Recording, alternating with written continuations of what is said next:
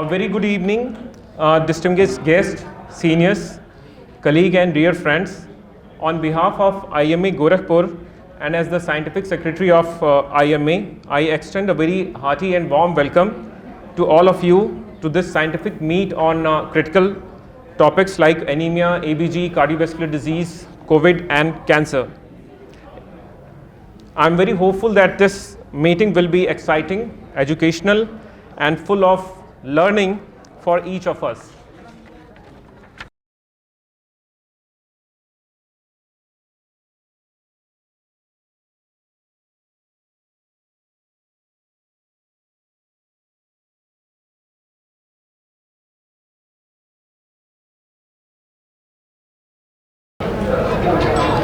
I request all the IMA office bearers to be attentive and please take care of the guests and make their seating arrangements proper. So, programme को शुरू करने से पहले मैं एक शेर अर्ज करना चाहता हूँ। जो सफ़र की शुरुआत करते हैं वो मंजिल को पार करते हैं। बस एक बार चलने का हौसला रखिए, अच्छे इंसान का तो रास्ते भी इंतज़ार करते हैं।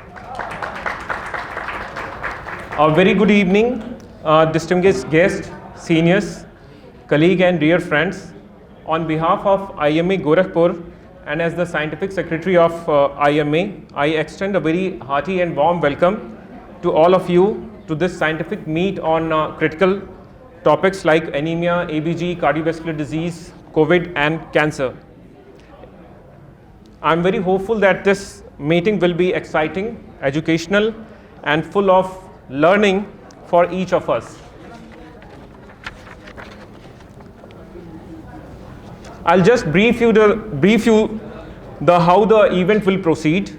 There will be inaugural ceremony in which there will be a national anthem followed by Saraswati Vandana and lamp lighting, and then we'll have 8 topics for discussion, and it will be presented by the IMA members of various specialties, and then 4 guest speakers who will give their speeches on different issues related with malignancies, and then we'll have a certificate and memento ceremony, photography, group photography, and followed by the dinner. Charles H Mayo एक बहुत बड़े American physician थे जिन्होंने एक बहुत अच्छी बात कही थी कि the safest thing for a patient is to be in the hands of a man who is involved in the teaching medicine. And in order to be the teacher of medicine, the doctor must always be a student. And this should be the spirit of a good doctor, to be a permanent student of science. Because in science, the absolute truths of today are always the relative truths of tomorrow. Now I would like to express my sincere gratitude for our special distinguished guests who amid their heavy duties, burden and responsibilities came here to dignify and magnify our meeting today. So, I would like to request our IMA President to please join here on the head table, Dr. Shiv Shankar Sahi.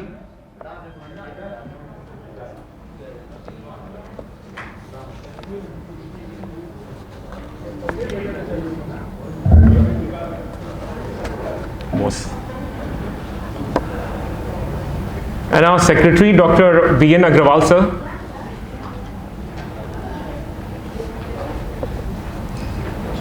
Our Chief Guest of the day, Dr. Anil Mehrotra, sir. Our special guest, Dr. D.K. Srivastava, sir. Our guest of honor, Dr. Raj Kishore Singh, sir. So my dear friend, as now we are joined by our dignitaries, it's now time for us to formally commence the event, and we would like to get started with national anthem followed by Saraswati Vandana. And we have for this prayer group from Kriti Cultural Sansthan. I request them to please come and start the proceedings.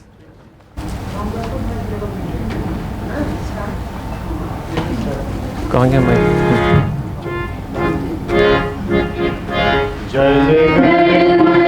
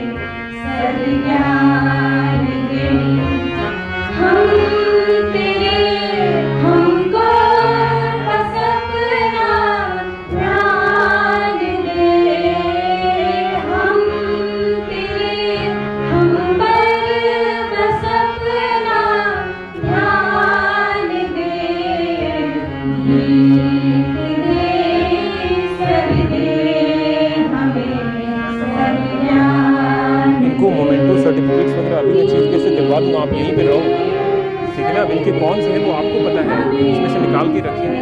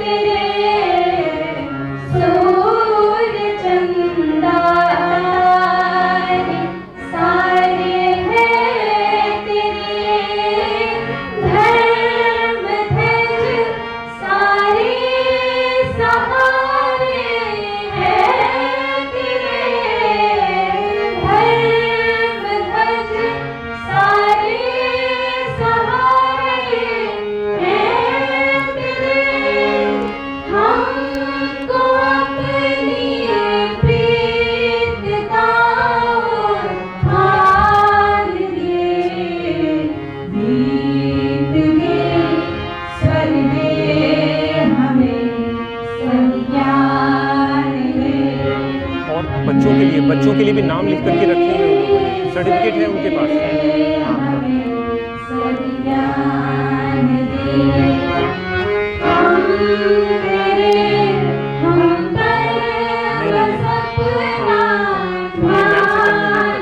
Doctor Shantanu और doctor Anju.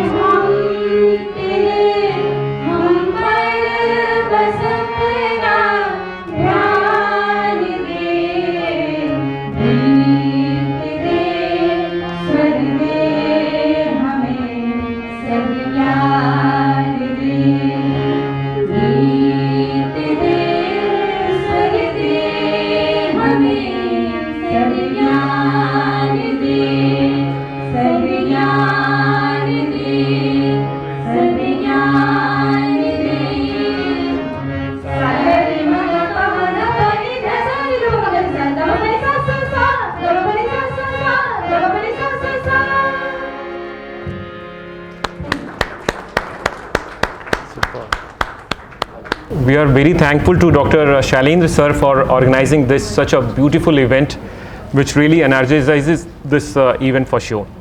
So अब मैं कृति संस्थान की director doctor Usha ma'am से request करूँगा कि अपने institute के बारे में 2 वर्ड्स ज़रूर से कहें प्लीज़।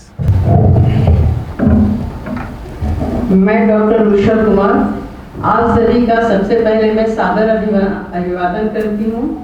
साथ ही मैं IMA परिवार के सभी पदाधिकारियों सदस्यों का तहे दिल से शुक्रिया अदा करती हूँ और बहुत सारी शुभकामनाएं और बधाइयाँ देती हूँ क्योंकि परिवार की तरफ से कि आपके एक बृहद परिवार ने एक छोटे से कला परिवार को यहाँ पर स्थान दिया और बच्चों को एक छोटा सा मंच दिया।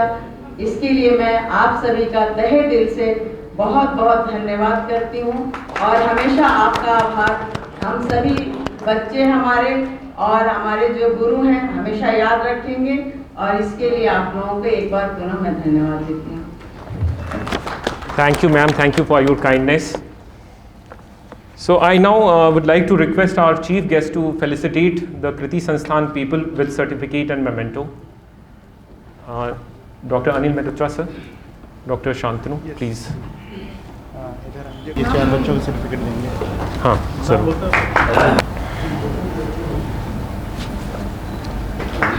वो बच्चों के gifts. Now I request the prayer group students Shashikant Agrawal to come over here to take his certificate. हाँ। इनको ये भी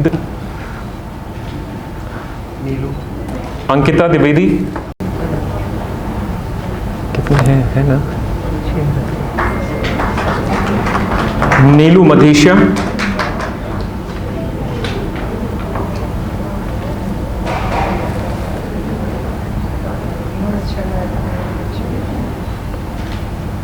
I think they deserve a good big round of applause. So Shailja,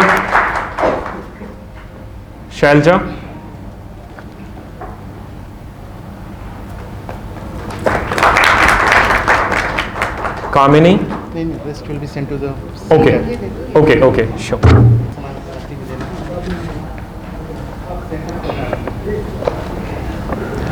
So it's a tradition to light a lamp before starting any auspicious event, as the light symbolizes the absence of darkness, grief and unhappiness. Knowledge removes the ignorance as the light removes the darkness. And with this auspicious note, we'll now have the lamp lighting ceremony. And to do the honors, I would like to request our dignitaries on dais to join in the lamp lighting ceremony, please. Dr. Anju, please, center mirror.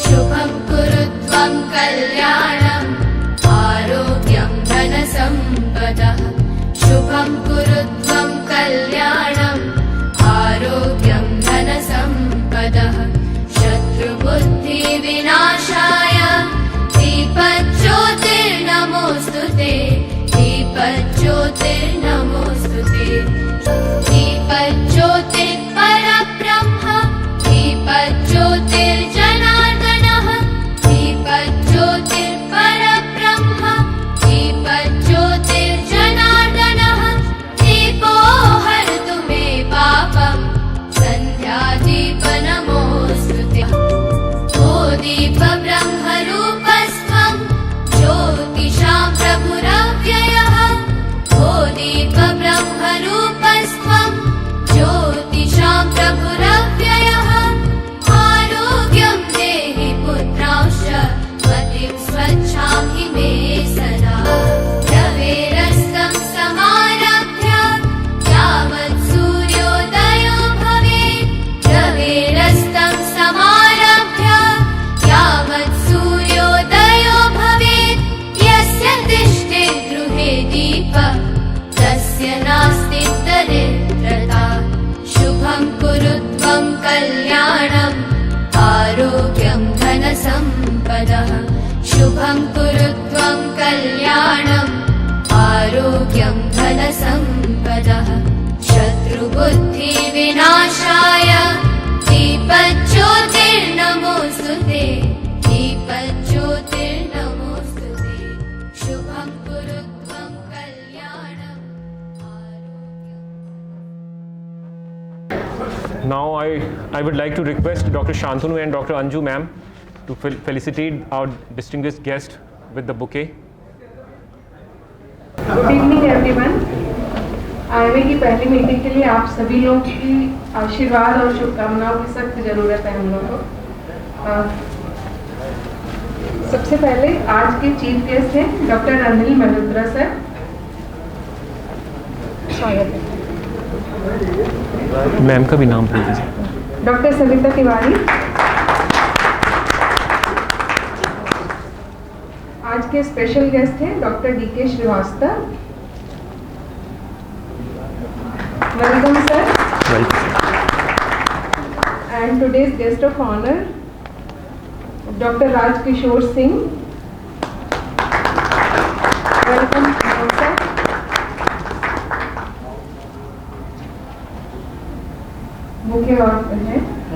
Dr. V.N. Agrawal. Welcome, sir. Dr. S.S. Shahi.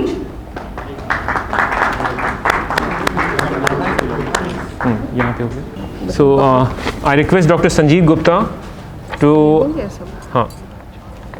to give the bouquet to Dr. Manglesh Srivastava, sir. Continue the talk and we will provide a set bouquet. चलिए.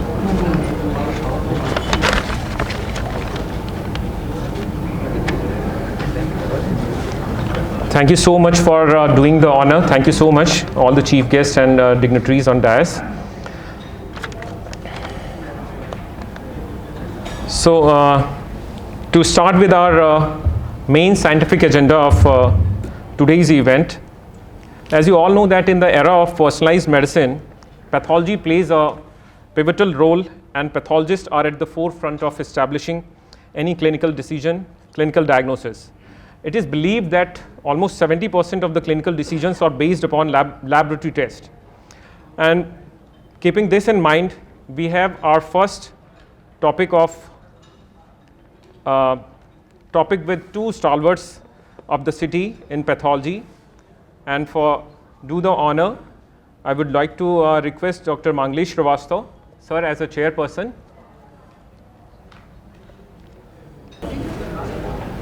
And Dr. Abhishek Malviya as a keynote speaker. He will speak on diagnostic approach to anemia. Okay.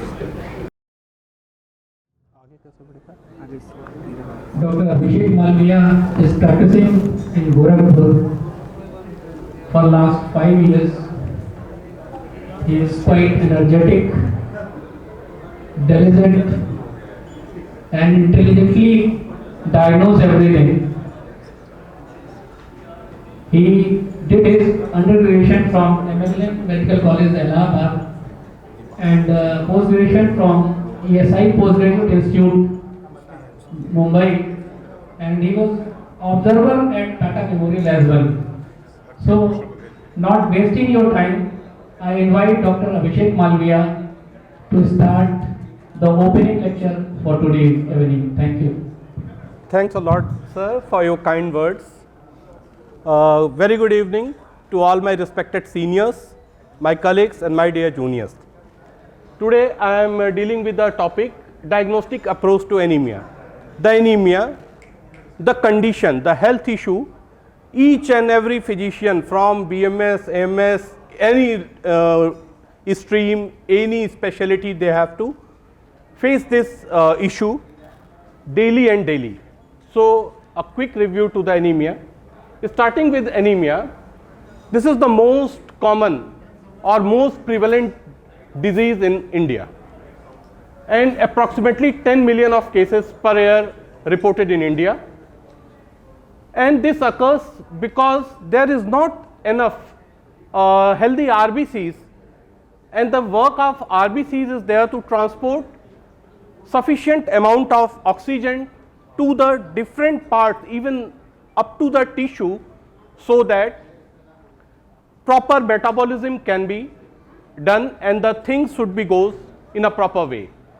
So the two basic causes are which leads to the anemia. One is the lack of red blood cells, and second is if the red blood cells are present in sufficient number, then the red blood cell itself are dysfunctional. That is, they are not working properly. So a prompt diagnosis of anemia is of utmost importance. As we know that oxygen supply, which is going from brain till toe through hemoglobin, so all the symptoms the patient is going to be presented to a clinician is a wide range from asymptomatic till life threatening. The generalized and vague symptoms which patient have a chief complaint, that is fatigue, weakness, irregular heartbeat, shortness of breath, dizziness, chest pain, cold hands and feet, headache, edema, and pains including bones, chest, belly and joints, and all is because of the deficient in the oxygen supply. The two major causes, one is the anemia is present due to the genetical cause, are present at the birth known as congenital anemia, and second is which is developed due to any secondary condition or afterwards is known as acquired. So what is the reason? First, body doesn't make enough red blood cell at the bone marrow level. Second, there is a site of bleeding inside the body and the replacement done by the bone marrow is not proper, hence there is a loss of RBCs leading to anemia. And third, there are the certain conditions in which these red blood cells are destroyed by the body itself. So the simplest classification of anemia is deficiency anemia, second is hemolytic anemia, and third is the anemia related to the bone marrow failure. So a prompt laboratory evaluation like GBP, first is the peripheral blood finding in which a CBC most commonly done, second is GBP, third is reticulocyte count. Relative to this peripheral blood findings, serological investigations, in certain condition hemoglobin electrophoresis, and the final diagnosis in majority of cases is going to be depend on the bone marrow. Starting with deficiency anemias, the most common is the iron deficiency anemia. In CBC finding, we will find that the mean MCV, mean corpuscular volume, is less than 80 femtoliter, and this was the first thing to reduce in the CBC parameter. Even it can reduce with the normal hemoglobin also, and it signifies that the ferritin level is going to depleting slowly, and hemoglobin is only low or anemia is only over if the sufficient ferritin level has been lost from the stores. So MCV, a very good parameter. Second is MCH, mean corpuscular hemoglobin, less than 25. RDW, a marker of anisocytosis, and in the iron deficiency anemia, the anisocytosis is there, so RDW increased. Reticulocyte count almost remains normal. Generally MCSC is normal, but in the long standing cases MCSC is low in the severe diseases. Reactive thrombocytosis, a good marker of iron deficiency anemia, and mainly it denotes towards the hemorrhage. The three major differential diagnoses when a picture of microcytic hypochromic anemia is there.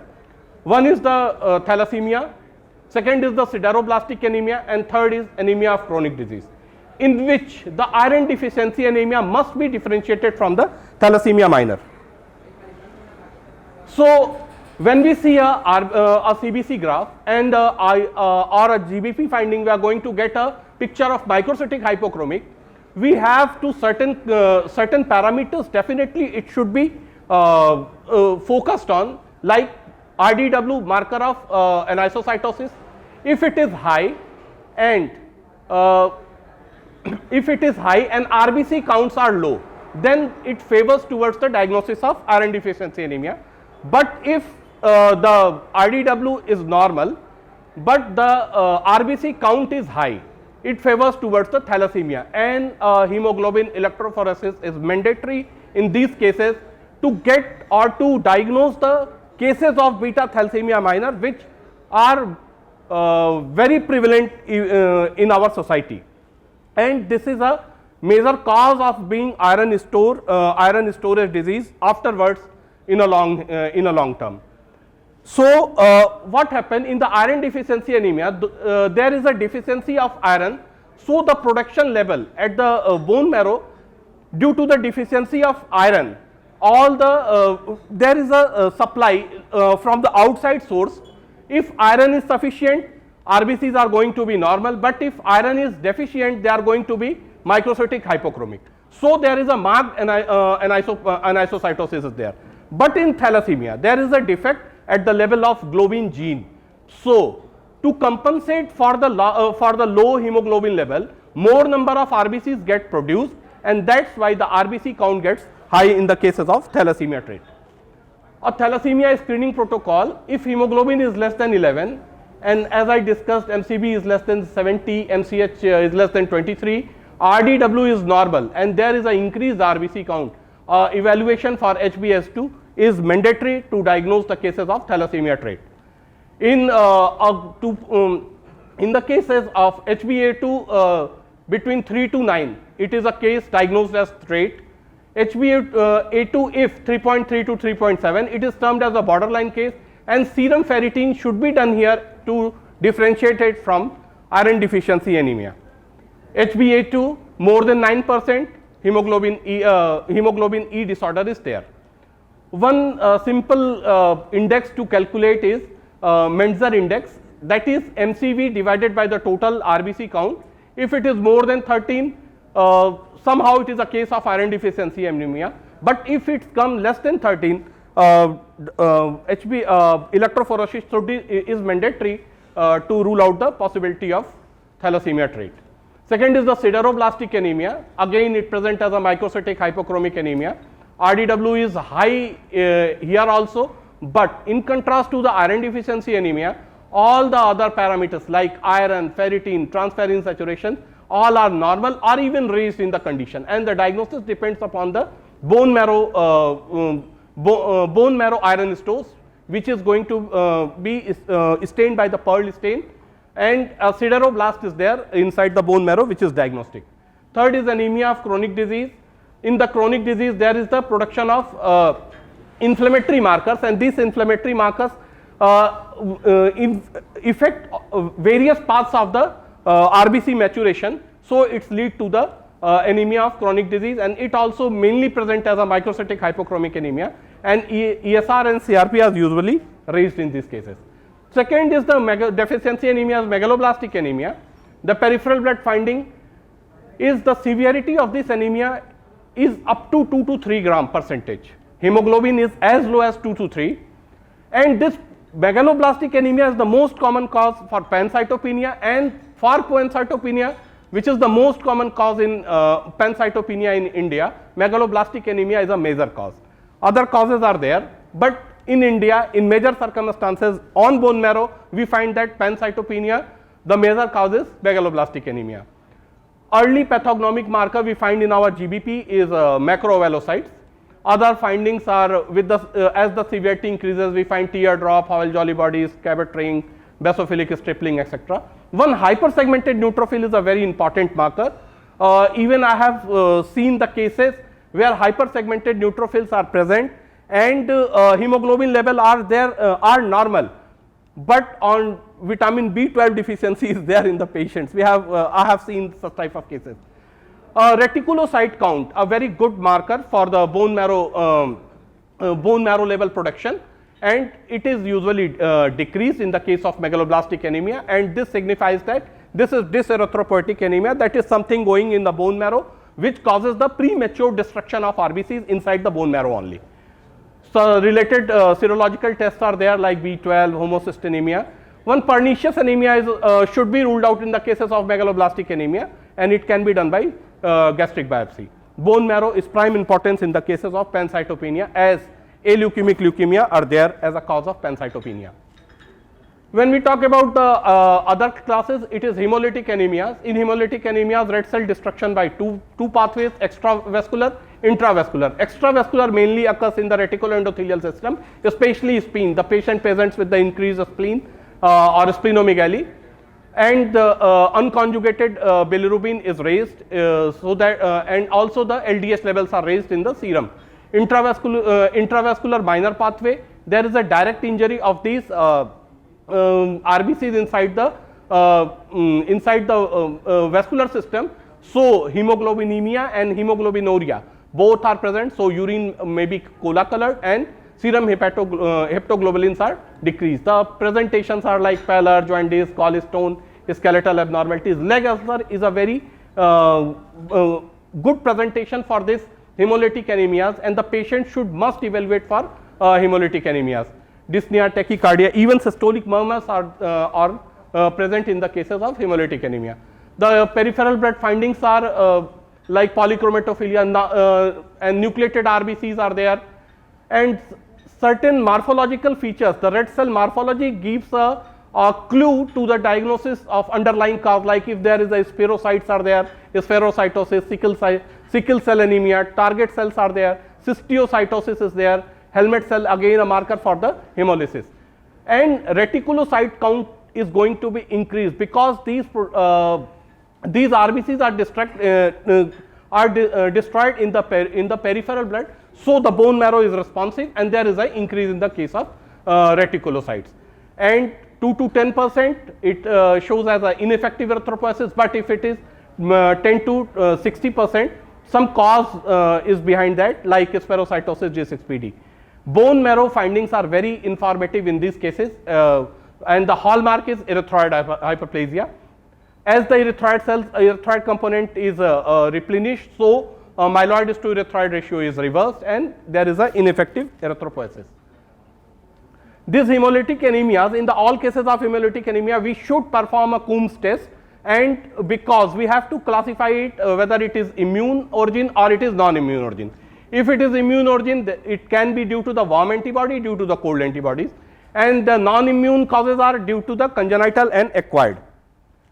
So, autoimmune hemolytic anemias, IgG mediated, idiopathic, the major cause. We didn't know what is the cause, so we term it as a idiopathic. And secondary causes are there like lymphoproliferative disease, connective tissue disorders, infectious disease, drug induced. Major findings is the picture is mostly normocytic, but it can be macrocytic, and due to the destruction, the RBCs take a round shape, so we report as a spherocytosis, and this spherocytosis should be differentiated from the congenital hereditary spherocytosis. The treatment of this immune mediated depends upon the underlying cause. Steroids have a role. Splenectomy as a major site of RBC destruction, and some other like intravenous immunoglobulin are also helpful in these cases. When we talk about the non-immune hemolytic anemias, the picture is mainly normocytic, normochromic. The hereditary causes like red cell membrane has some defect leading to the spherocytosis, etc. Enzyme which leads to the RBCs to maintain its own energy like G6PD enzyme or pyruvate kinase, these enzymes get hereditarily deficient from the RBCs, leading to the again hemolytic anemias.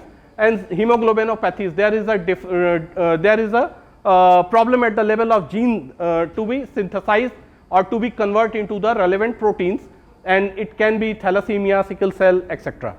In acquired causes, intrinsic like RBCs diseases like PNH, plumbanism, infections, and in extrinsic disorders like microangiopathic hemolytic anemias and certain chemicals. So the micro differential diagnosis for this microangiopathic hemolytic anemias are like thrombocytic thrombocytopenic purpura, hemolytic uremic syndrome, DIC, vasculitis, malignant hypertension, metastatic neoplasm, and preeclampsia or HELLP syndromes. The bone marrow failure syndromes are of two types, one is inherited, second is acquired.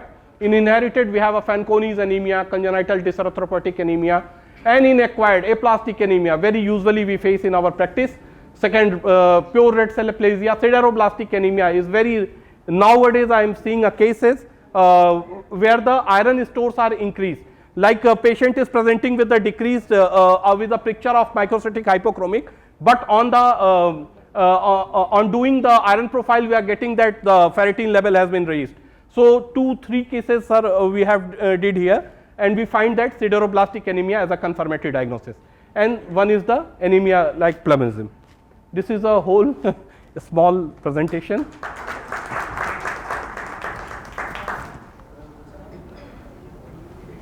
Thank you, Dr. Abhishek Malviya. I think judiciously he has covered every corner of the anemia. Now, if one or two questions from audience, if it is there.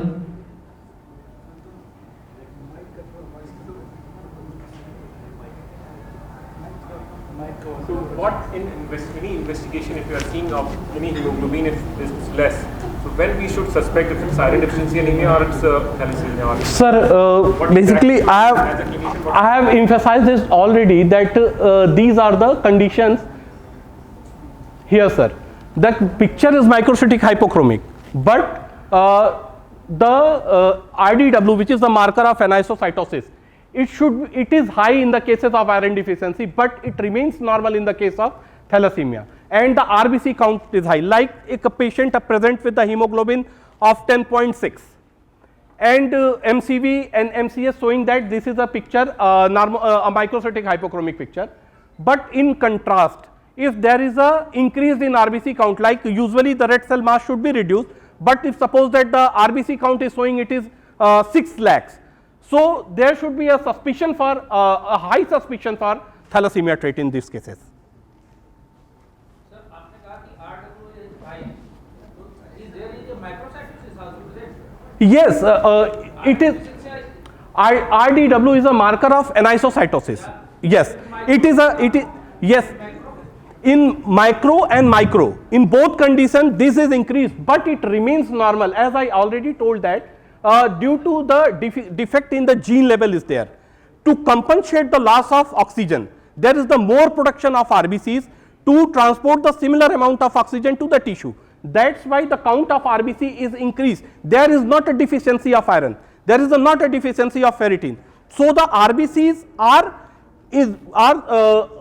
producing at their own rate, but the quality of the RBC is reduced. The quality of oxygen carrying capacity is reduced, and that's why here the RDW is normal. MCH is reduced in thalassemia trait. What is the reason? MCH is reduced. This it is in thalassemia trait there is a defect due to the hemoglobin which is carrying the oxygen, and this is a hemolytic type picture, something hemolysis is going on. So MCH is a mean corpuscular hemoglobin. Why this is reduced in thalassemia?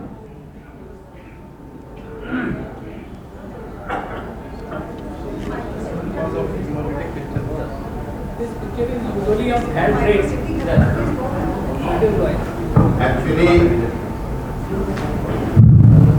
Actually in thalassemia minor, especially most of the cases where thalassemia minor coming, number of cases are there, hemoglobin percentage remains normal or subnormal. So the distribution of the hemoglobin percent is less, and hence it becomes high. Otherwise hemoglobin, either it is a normal or just below the normal. RBC count has gone up, and that's why the proportionate hemoglobin is less. To differentiate iron deficiency anemia, which is the most common condition, clinically we encounter in our clinical practice. I think we are usually only relying on serum ferritin.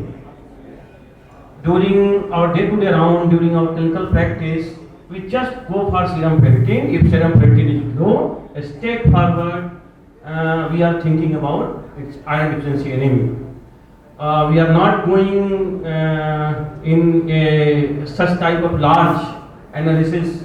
It's RDW, it's A, it's A, it's A. They all may be variable, they all may be misleading. But we are in my practice, we are using serum ferritin as pathognomonic. So is it correct or not? No sir, on the basis of only like if in the cases of beta thalassemia trait also, if there is a both are if there is present, if there like beta thalassemia along with the iron deficiency anemia is there, the serum ferritin is low, but at that level you will miss the case of beta thalassemia trait.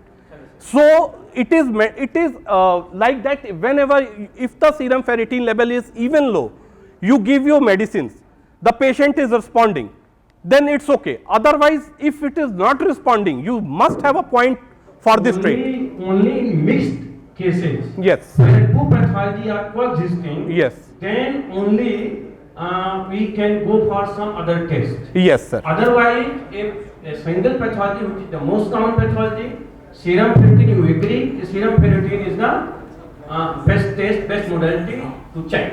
And TIBC has also a role in there, sir. Okay. Yes. And the Mendlinger index is also very indicative. Yes, it is also indicative. Even in GBP only. Yes, sir.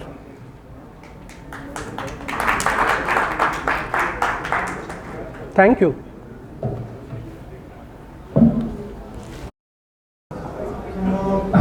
Very good evening, and in a wonderful evening we are discussing a lot of critical issues, and I am very glad to hear that this malignancy topic comes into the critical issues right now in our topmost body of our city. So, in the same thing, Dr. Abhishek, he is a medical oncologist practicing in Lucknow in Chandan Hospital, and he has done his MBBS from GMC Baroda and DNB Medicine from Apollo Hospital, Mysore, and from DNB Medical Oncology from Jaipur. So, he has a lot of memberships and experience in treating the oncology patients.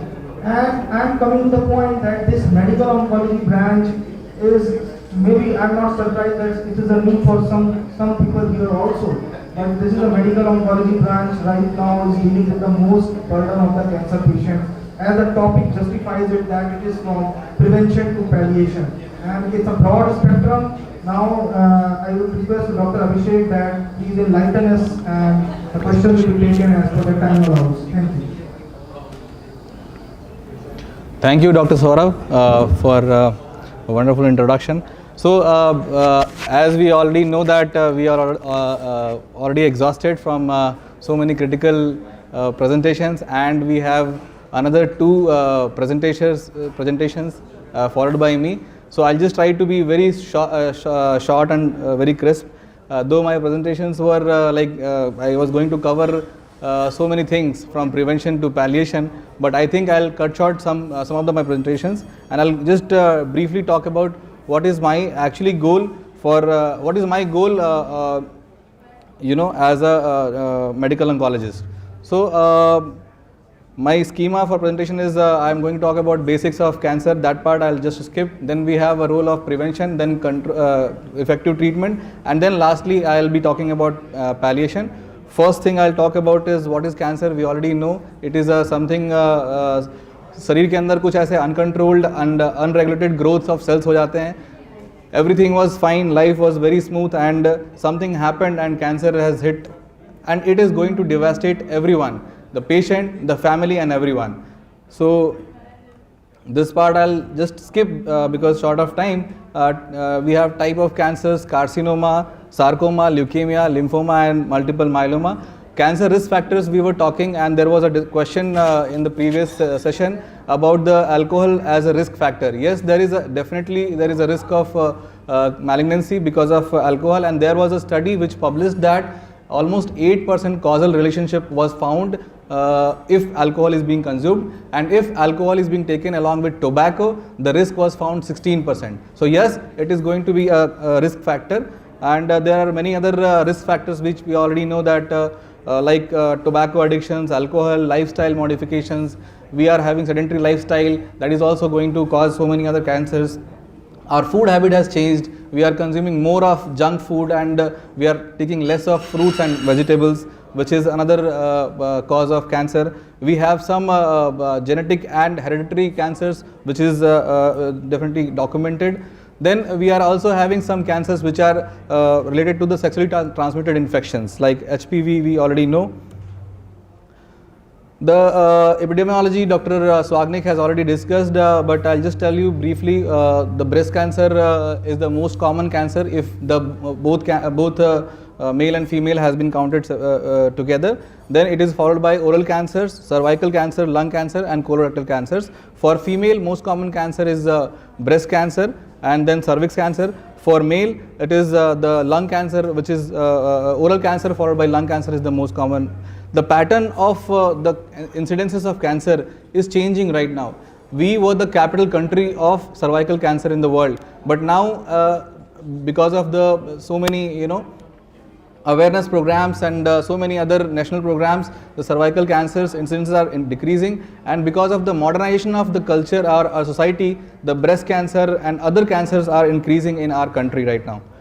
And if I talk about the seriousness, 7 out of every 7 minutes, one Indian female is going to die of cervical cancer.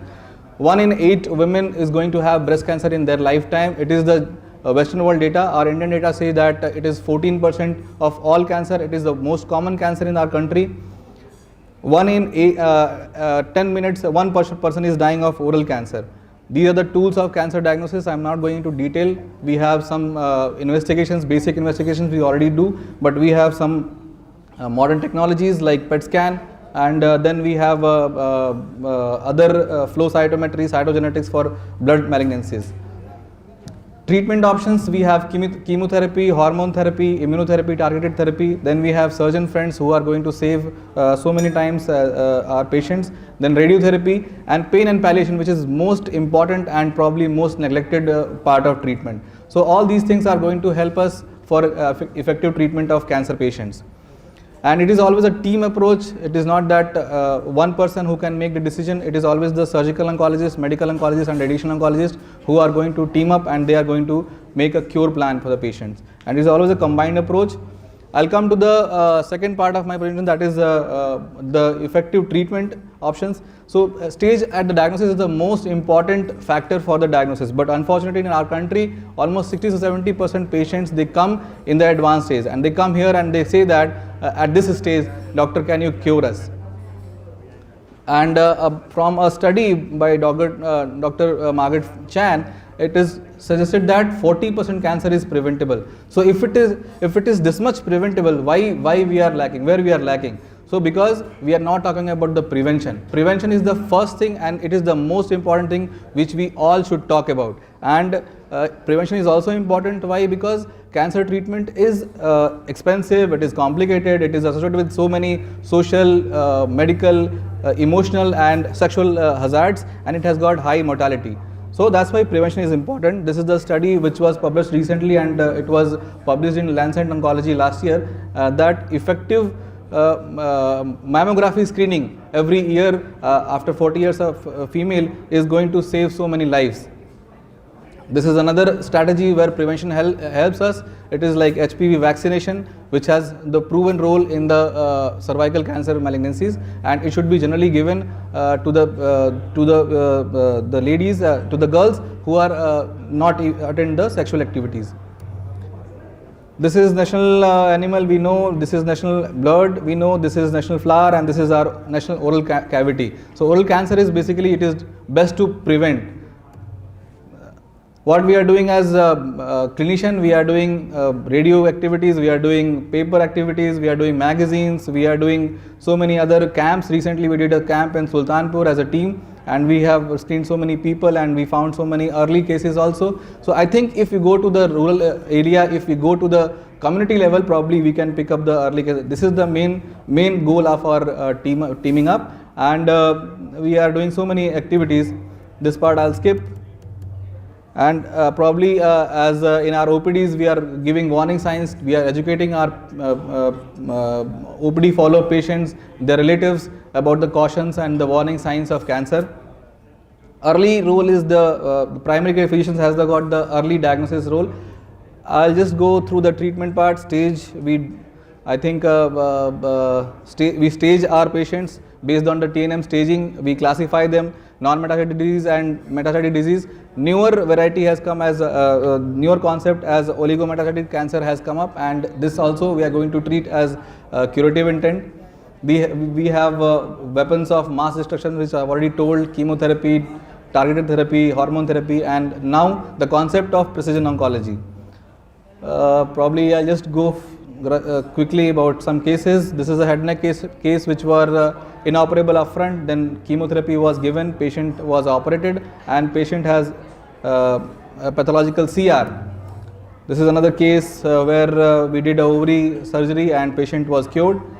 Blood cancer, Hodgkin's lymphoma, it is curable disease. We should definitely focus, and we should not miss any patients who is coming suspicion of Hodgkin's lymphoma, because these are the patients where we can definitely cure, and we can give the society a patient which is cured from cancer. These are my cases which we have treated so far. Few of the examples are there. This is another non-Hodgkin's lymphoma patients. This is another lady. You can see that she was having complete occlusion of the right eye, and then after treatment she was cured. These are my cases which has been cured from malignancies, and children's, definitely we should definitely focus about if any symptoms like this: fever, lymphadenopathy, hepatosplenomegaly, joint pain, rashes or high TLC, they are coming to our OPD. Don't forget to investigate these child for acute leukemia, because leukemia is one thing which is curable. Various phases are there, but definitely these patients are going to be cured. So don't ignore them. This is one of my patients treated for ALL.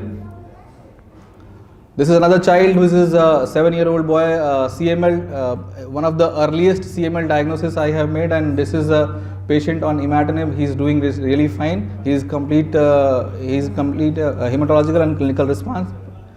Another patient of OGS, 4-cycle chemotherapy was given, then patient had surgery and followed by radiotherapy, chemotherapy, adjuvant chemotherapy, and patient is cured. And last slide, palliation has got role. Even at stage 4, patients can be given good quality of life.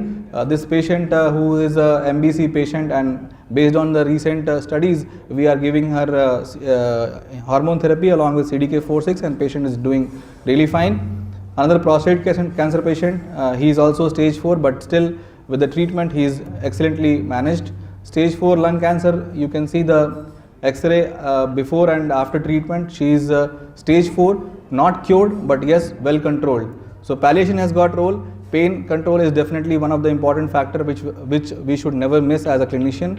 And for key to successful cancer treatment, correct diagnosis and early diagnosis is the cornerstone of the treatment. Early suspicion, prompt investigation, and effective treatment is one of the key to cure any cancer patients. Thank you so much, and I'll just rush on to the next speaker, Dr. Hemant. Kindly please come and have your presentations.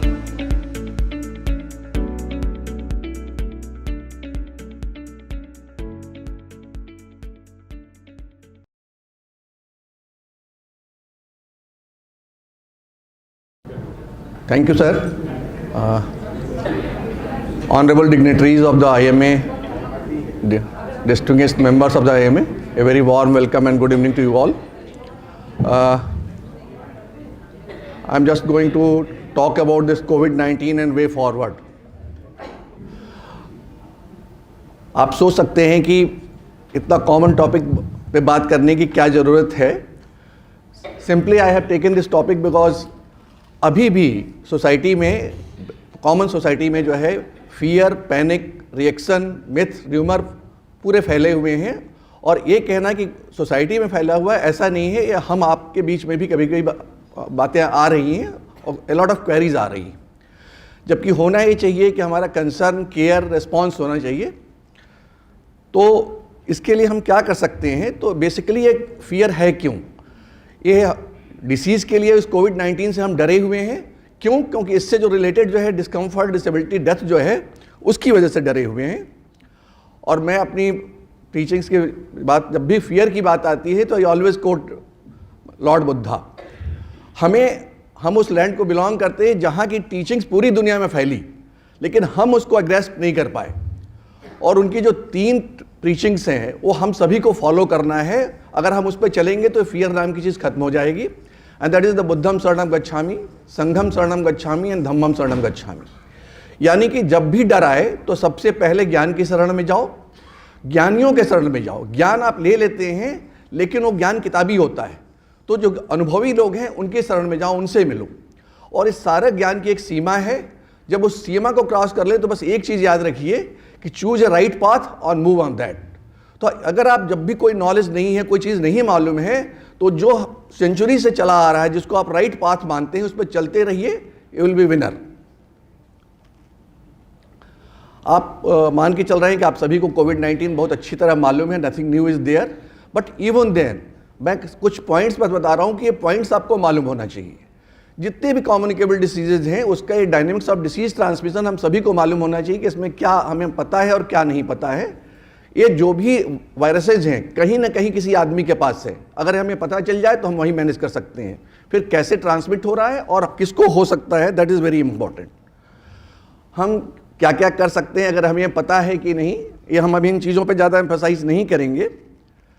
Mode of transmission में क्या क्या अभी हमें कितना पता है कि infectivity कितनी है, सेकेंडरी अटैक रेट कितनी है, पीरियड ऑफ कॉम्प्लिकेबिलिटी कितनी है, but I will not go emphasise all the things. फिर जिसको होने का डर, हम सभी इसीलिए डर है कि हमें कोई बीमारी ना हो जाए, हमारे नियर एंड डियर्स को ना हो जाए. तो क्या कोई ऐसा फैक्टर है जो हमको हाई रिस्क बनाता है? अगर उस फैक्टर को हम मॉडिफाई कर सकें तो हमें करना है. हमें खुद देखना है कि कौन से रिस्क फैक्टर्स हैं और उसके अलावा क्या प्रोटेक्टिव मेजर्स हैं पर्सनल प्रोटेक्शन के लिए, like physical measures, chemical measures and immunological measures. ये सारे मेजर्स हमको पता होनी चाहिए। अब जो ट्रीटमेंट्स आपने ऑलरेडी पिछले 2 सालों में देखे हैं, उन ट्रीटमेंट्स को 2 पार्ट में आप डिवाइड कर सकते हैं। एक जो माइल्डर केसेज हैं, जो घर पे हैं, जो अभी हॉस्पिटलाइज नहीं हुए हैं, उनमें ये ट्रीटमेंट इफेक्टिव पाया गया है to reduce the severity and to reduce the mortality. आप सभी इसके बारे में अच्छी तरह जानते हैं, जिसमें जो वेल प्रूव्ड है अभी, जो rest, hydration and symptomatic in any viral disease, I am not talking about the covid, any viral disease, कहा गया है कि अगर ये पहले से आप कर रहे हैं तो हो सकता है कि आप इन्फेक्टेड ना हो, आप इमीडिएट जल्दी से रिकवर कर जाए। The next some antiviral drugs are there, next monoclonal antibodies are there, and the antidepressant fluvoxamine is also has been found that it is a bit effective in reducing the severity. Now in the severe patients, those who are hospitalized, so in those cases these drugs have been proved effective, except the last 2 red ones. These have not been found very effective, but it was used rampantly at that time, but the other ones have been found effective. Now basically my focus is on these preventive measures. That is you all know the physical distancing, which the first one thing that you have to maintain the physical distancing. Second, the ventilation. The third one is the mask. Fourth one is the hygiene and sanitation. Fifth one is the lifestyle changes. And the last one is the vaccines. But the last does not mean the least. It is very important. Now, but it does not mean that you directly jump to the vaccines also. All other measures are equally very important. That is the first and foremost is that you have to watch that really how much distance you are maintaining. Whenever it is possible, try to maintain the distance for everybody. Either it is the home, it is the outside, wherever it is possible. Try to maintain the well ventilation wherever you are going. You have to ensure that ventilation is proper. Third is the masking, but the masking might be harmful if you are not using properly. Ensure it that if you are using the mask, see it that it is the proper one, otherwise it might be harmful also. Then hygiene and sanitation comes to the fourth and the other ones. Now the vaccines. Fortunately, in a very short time, we have developed a large number of vaccines. In the whole history of the mankind, we have never seen the development of vaccines so fast. Not only the development of vaccine, the coverage so fast. The India has shown all over the world that how fast we can cover the population. So these 5 types of vaccines which are available at this time, the one is the viral vector, which we have used very rampantly all over the country, our country. About 90% of vaccination is that one. That is where we are using the adenoviruses as a vector. So that is the Covishield, Oxford, AstraZeneca, so many vaccines are there. Sputnik is also there. Then inactivated, so Covaxin, which is the Bharat Biotech has been produced. mRNA vaccine, which is used in the USA, etc., in the developed world. Then the DNA vaccine, which has been the one vaccine, DNA vaccine, which has been produced in India and it has been approved in India. Then the protein adjuvant or subunit vaccines. Now these are the vaccines which has been approved for which is available and approved in our country to be used. Now I am not going in details, these are the lessons learned. What lessons we have learned from the last 2 years, I am not going in that one. We have realized the importance of these things, that is the public health and preventive medicine. It has never been given the importance in the whole history of the medical world as much as now it has been given. You all are seeing that the common man is talking about all these things. Then the technology, telemedicine and social support, it has become very important. Then the lockdown. So whatsoever lockdown is there, everybody is asking the next lockdown, next lockdown. No, it is not a common thing. The declaration of epidemic or lockdown is not a normal thing. It is an exceptional thing. We do it in the exceptional circumstances. And then the standard operating protocol. Unfortunately, if you go to the Western world, you will see that for everything in every hospital, if the diagnosis is one, the treatment will be the same. That is known as a standard operating protocol. But in our institutions, in our hospitals, it is not being practiced. So that is very important. If you are going to change any protocol, you have to say that either it is for the research or everybody has to prescribe the same thing. If the diagnosis is the same, the treatment protocol must remain the same. So which has been done this time. Now, the way forward. Now, we have to remember it that we are living in a world when the world is changing very fast. And if the world is changing very fast, the viruses and all the germs are also changing very fast. So if the things are changing, what will happen? That the newer variants will come, not only newer variants will come, but the newer agents, newer pathogens will come. So if you are not going to deal with it, we have to face the pandemics, epidemics every time. So what is the variants of concern? You have seen that in the first wave, we are not very much concerned, but the second wave has shown the lesson. Now, such things may happen in future also.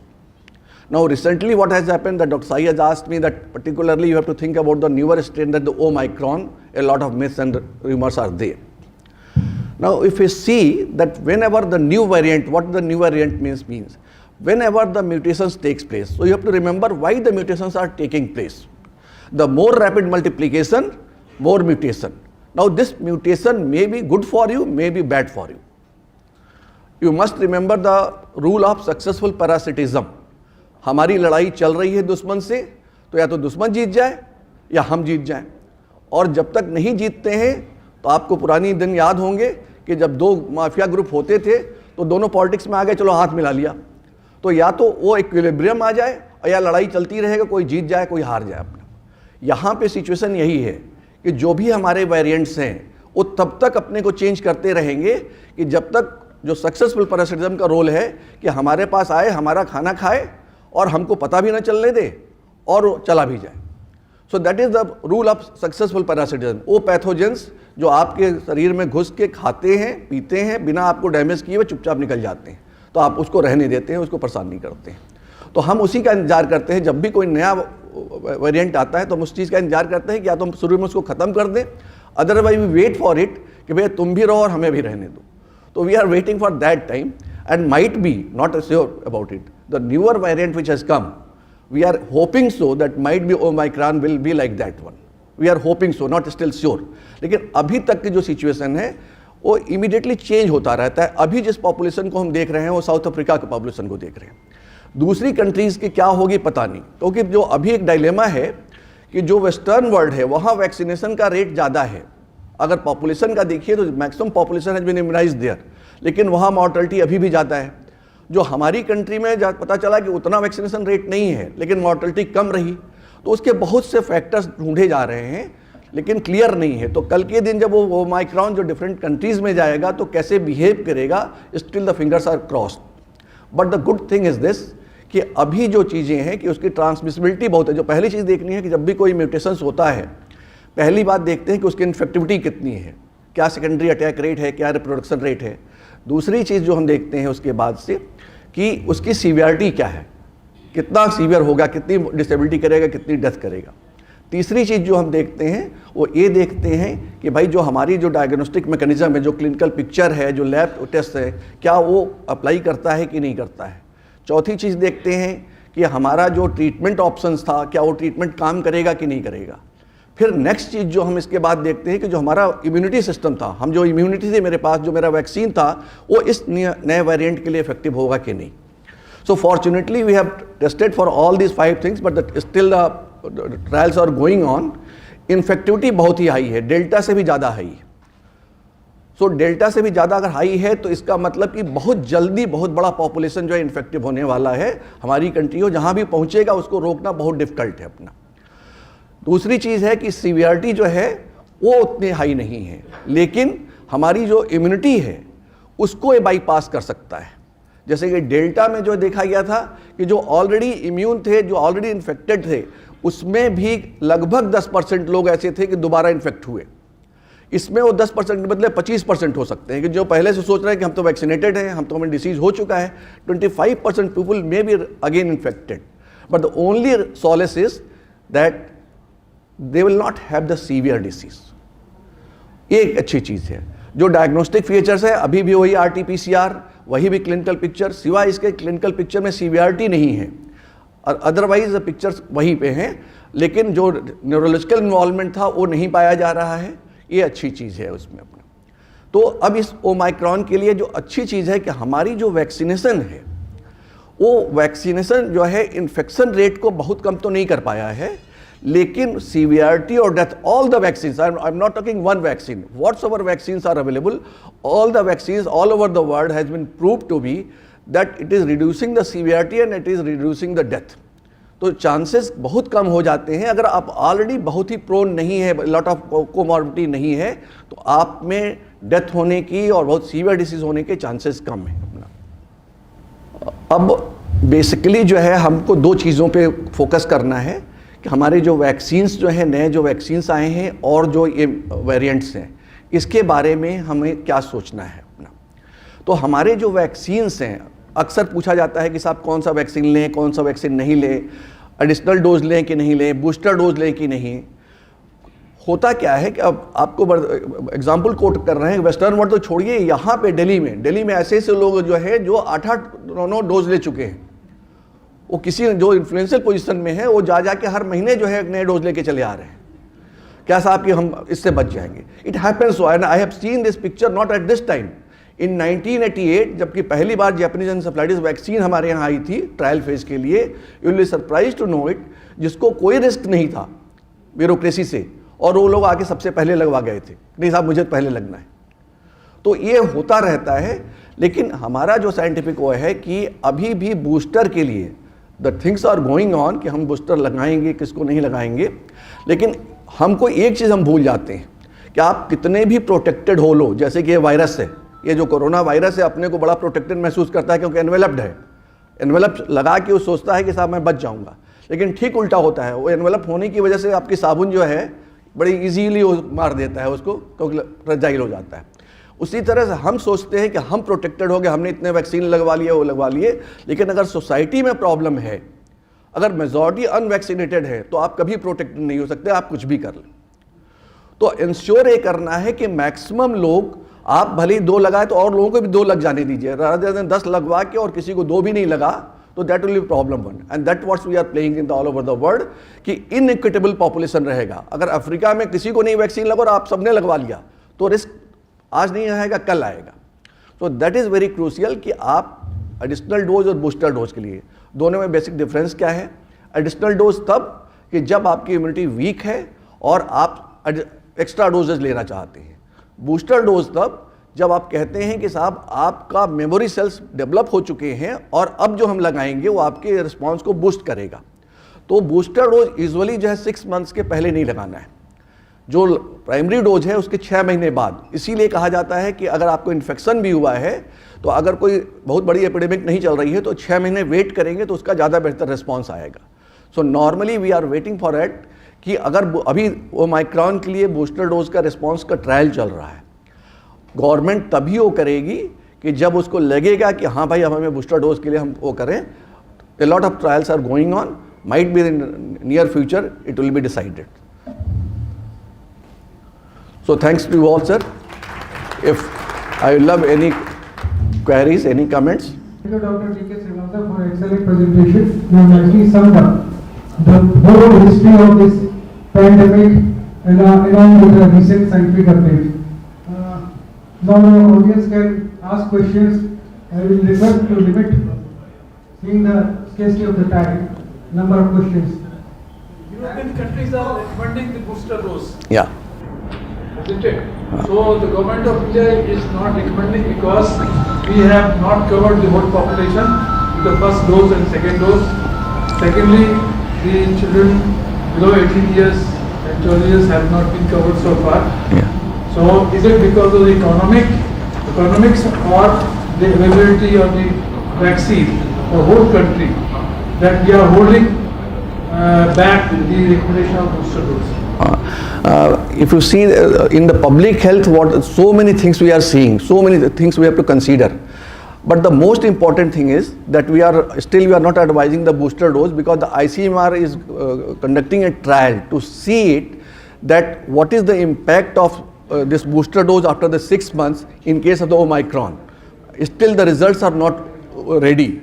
So once the results will be ready, that really this booster dose is going to be very effective for the Omicron, they will permit it to the selected population. But presently whatsoever you mentioned, that is very right, that we are in a socialist country, and in a socialist country we have to see it that nothing for the few and not ignoring the whole population. So we are focusing more on the public at first.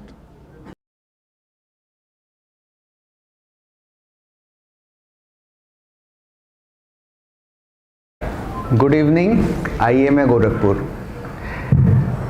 So for the first part of the discussion, we witnessed some of the excellent talks on few very important broad specialties which I get in everyday practice. As a surgeon of head and neck cancer, anemia is one of the very important factors any cancer patient that guide our treatment protocol. Cardiac issues, yes, we have patients, elderly patients. Only yesterday we operated a patient with ejection fraction of 25% only. ABG analysis for long surgeries, post-op ICU, and it was an excellent session, and we all know COVID has been a part and parcel of our life for the last 2 years. So from here we carry on the discussion into a more narrower specialty, and that is cancer. Through this, I am going to introduce you to a team, a new team which is growing up to treat cancer in this part of the country. Before I start, I have a simple question to the revered audience. How many of you in your clinical practice encounter cancer patients? Can you please raise your hands? So quite a few. And so I think as a team we start with oral cancer. I start with oral cancer, and gradually the rest of our discussion will be on different cancers as subsides. Introducing myself, I am a head and neck cancer and reconstructive surgeon trained in Tata Memorial Hospital, Mumbai, and interestingly most of our team hails from the same institute. So I have keen interest on head and neck ablative surgery, reconstructive surgery, skull base surgery. Why? I will cover my presentation on a few very salient features. Why oral cancer?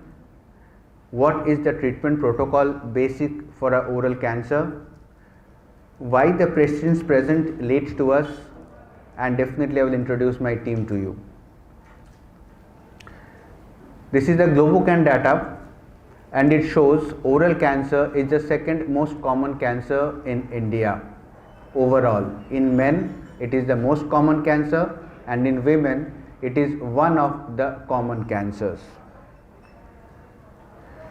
We all know, and I think we have some of the etiologies in this conference outside, that's alcohol, and for your kind information, alcohol is also a class 1 carcinogen.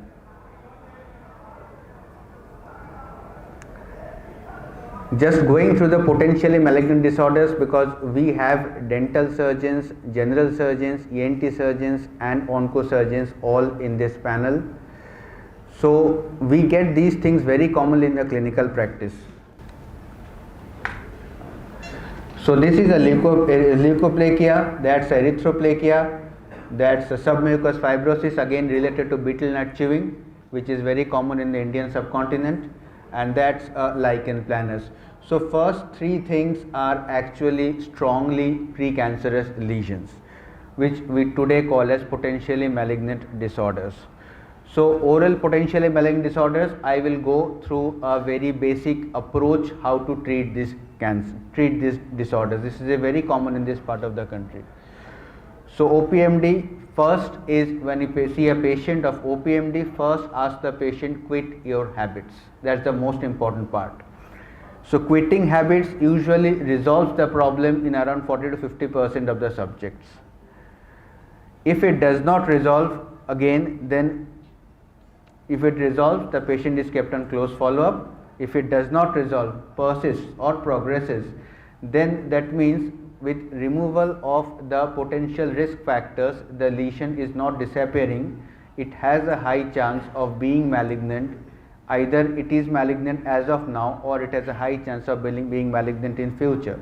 So again, treat it like a malignancy, take a biopsy or do a excision with adequate margin. Please remember this point, do a excision with adequate margins and not just an excisional biopsy. The base and the mucosal margins should be adequate for these things. So there are few issues I would like to say. Role of steroids, especially for oral submucous fibrosis, we have been all trained in our PG days and that this is steroids is a good thing, that it improves the mouth opening, it reduces the inflammation, everything is true. But you can see in this name we have oral submucous fibrosis. The pathology lies in the submucosa. Again, with injecting steroids, we cause trauma in that submucosal layer, and that initially improves the mouth opening, but in long term when you stop the treatment it recurs. So steroids don't have a proven role in the treatment of oral submucous fibrosis. Again, no role of excisional biopsy, either you biopsize it or you excise it with margins. There is some role of retinoic acid, vitamin A. There has been studies which has shown some beneficial effects, but again retinoic acid has toxicity given systemically, may be given topically for some time, but it's not a standard of care. Coming to oral cancer, which is my topic, I will just cover the basic principles. So treatment of oral cancer is surgery, surgery and surgery. There is no second treatment option of cure for oral cancer. Workup is initially a biopsy and an imaging. I will go into details of this. Treatment is surgery. Early stage you have surgery as the only treatment. Advanced stages you have radiation and chemotherapy after surgery. Now once you have a clinically and radiologically diagnosed unresectable oral cancer, don't resect an oral cancer when you cannot get a negative margin. It's as good as an upgraded biopsy. So unresectable, there is no role of surgery. It's palliation, either radiation, chemotherapy or radiation plus chemotherapy or best supportive care.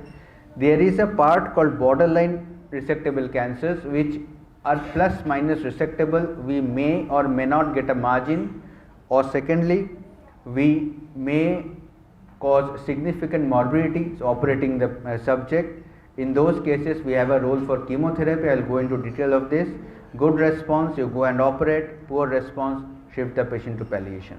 That's the basic principle. Again, surgery is the mainstay of treatment for oral cancer.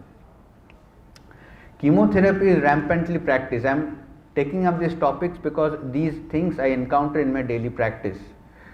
So chemotherapy is rampantly given in clinical practice by most practitioners in oral cancer, which does not have any role in oral cancer per se. Surgery is the main thing. Yes, there are conditions when the borderline resectable. That's a paper from Tata, our own institute, where we had a few conditions which have clearly mentioned if these conditions are present, there may be some role of chemotherapy as the initial management, and if we get a good response we go on for surgery. No good response, send the patient to palliation. These are borderline oral cancers, not resectable. The problem with chemotherapy is that chemotherapy will always shrink the tumor, but when it shrinks the tumor, it doesn't shrink it concentrically, it shrinks it eccentrically. It reduces in patches. As a surgeon, when the patient comes to operating table, I don't have a clear image of the disease mapping in my mind when I operate this patient. So again, I may leave behind microscopic residual tumor, which I am not sure of. So chemotherapy is not again a protocol for operable cancers. If chemotherapy is planned, then for borderline resectable cancer, the disease has to be mapped very, very clearly before starting of chemotherapy, so that I am sure of my resection margin when the patient comes to table post chemotherapy. And another important point is accelerated repopulation of tumor cells, which happens after chemotherapy. Chemotherapy cannot be given lifelong, there is a limit to it. So when you stop chemotherapy, the tumor mutates and it starts behaving in a more aggressive fashion. So chemotherapy is not the first line of treatment.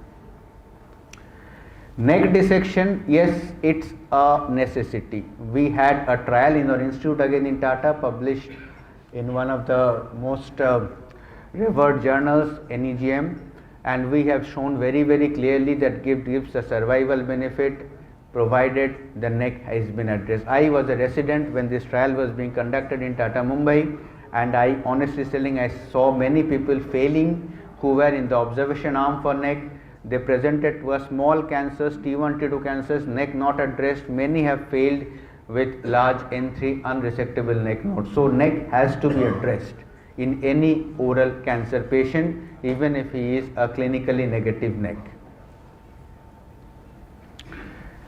Very important points, biopsy. I have some points which patients come and they tell these points. I've jotted these points. First of all, biopsy doesn't cause the cancer to progress. What it causes is some inflammation at the site of biopsy, which the patient mistakes for increase in the cancer. It's not a fact. Second thing, biopsy doesn't cause bleeding. The only structure that causes significant bleeding is injury of a main vessel of the neck, which is the carotid. No other vessel is there which causes life-threatening bleeding. So any bleeding stops by pressure and cauterization. Biopsy is not a painful if done in proper way. It's a OPD procedure and it doesn't require fasting blood sugar. So facts, I will come to this in the next slide. So these are proliferative lesions. This is a proliferative lesion, this is an ulcerative lesion. Again, a punch biopsy is adequate. For lesions like this, these are verrucous lesions or proliferative lesions. So lot of keratin in these lesions. So taking a punch will bring up only keratin and not the basement membrane. For such lesions, you have to do a knife biopsy, go deep, take the basement membrane, and this basement membrane should be included to see whether there is invasion into the basement membrane or not. So many of these lesions come out to be negative on biopsy, but we have a paper from Tata, it's my own paper, and this has shown clearly that 50% of these lesions harbor malignancy when they were operated and sent for final histopathology. So don't ignore these lesions. These lesions can be malignant within.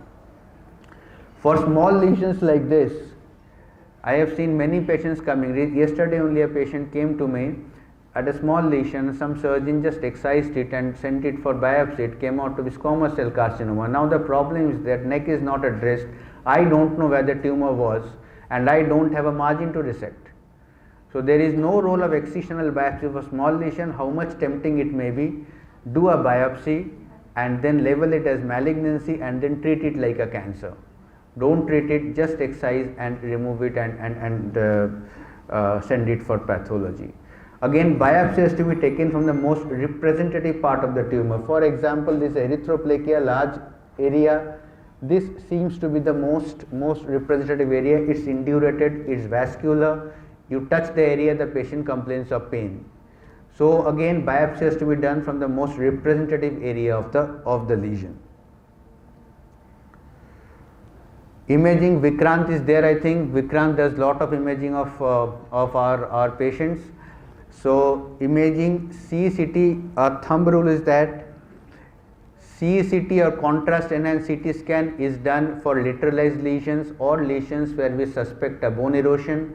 Contrast MRI is done for midline lesions, tongue lesions, soft tissue delineation of the tumor.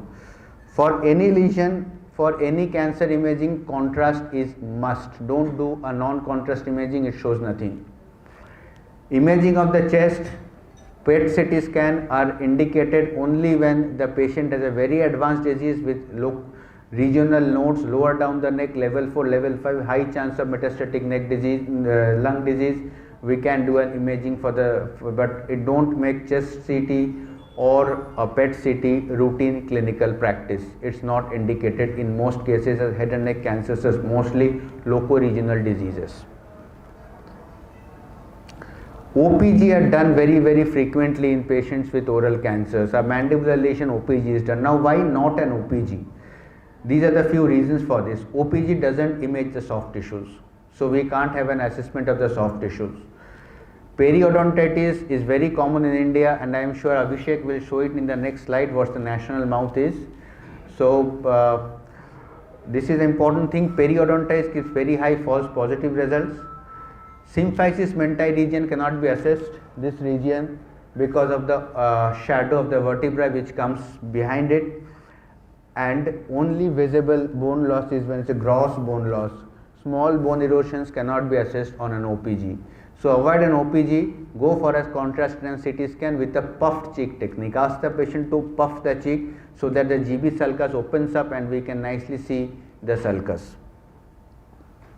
So this is a patient. I am just going to tell a story of this lady. She presented to me a few days back. 33-year-old lady, 2 children, husband.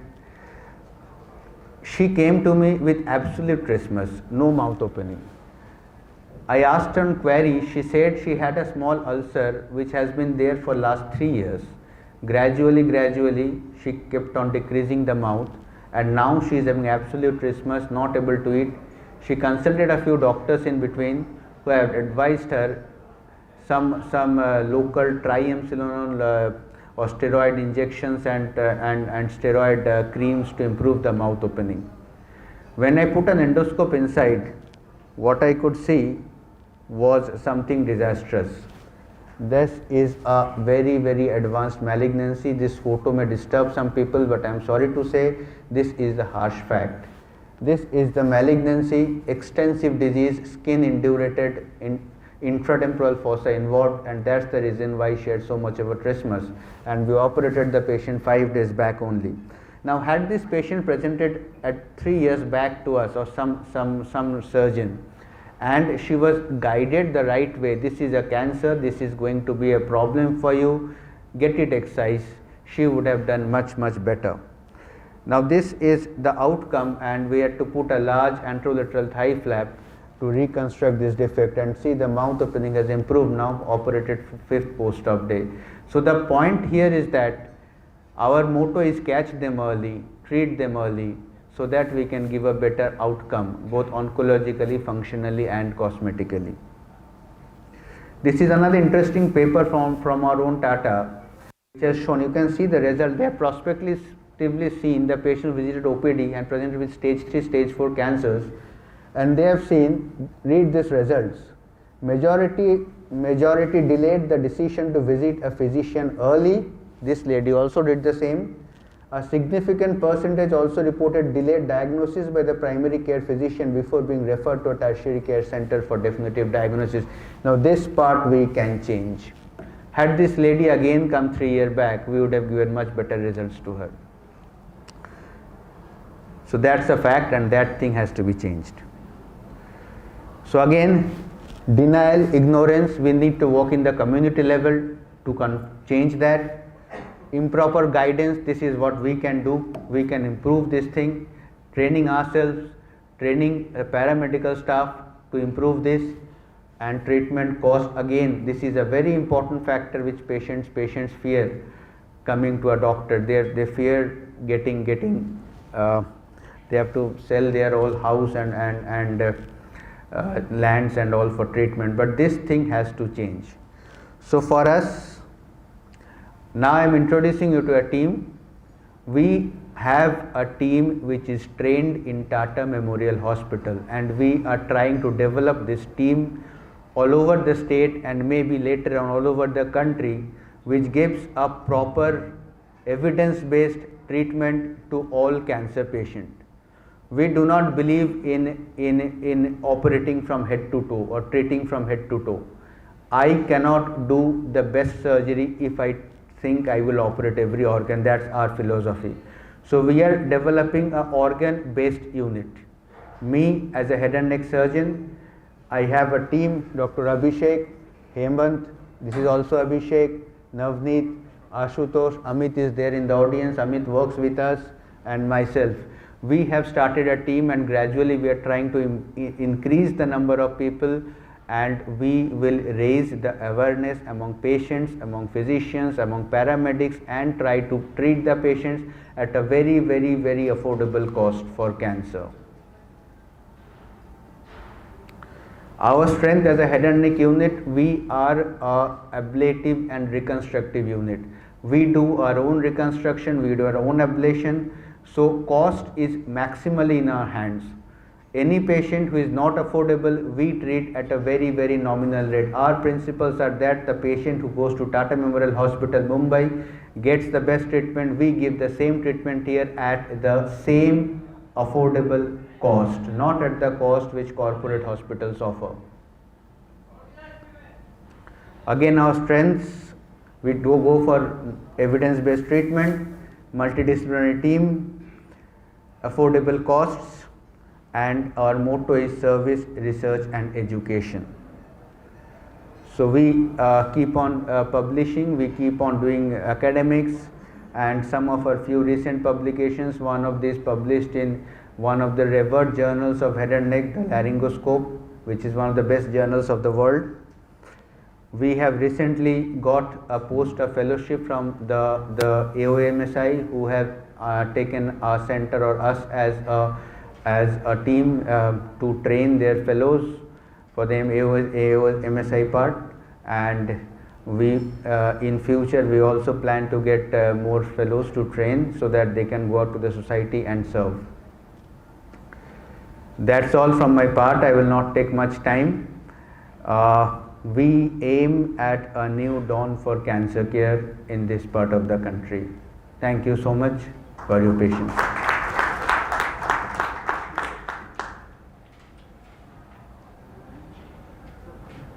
We are really suffering from the same situation, that there is a lot of patients where we are finding they are coming to T4A or T4B or metastatic patients that are not properly evaluated or diagnosed at the time when it was actually time when we can save the life of those patients.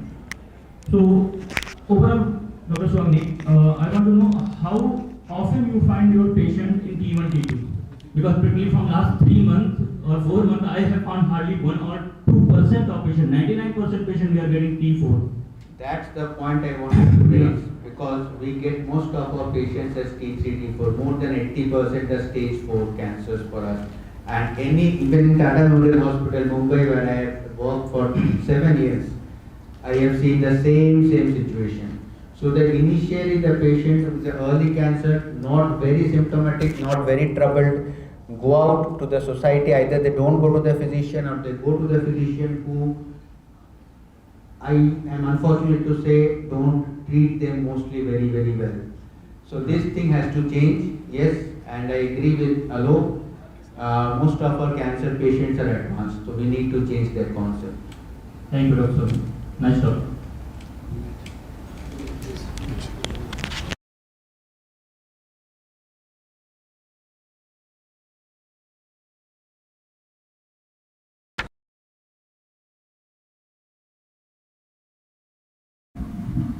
Next session is on breast cancer, role of screening and early diagnosis. And for this, I would like to invite Dr. Mahendra Harbola sir as a chairperson, who is MBBS from KGMC, 1979 batch, did his MS General Surgery in 1988, and post-MS he worked as a chief resident surgeon in Gandhi Memorial and Associated Hospital.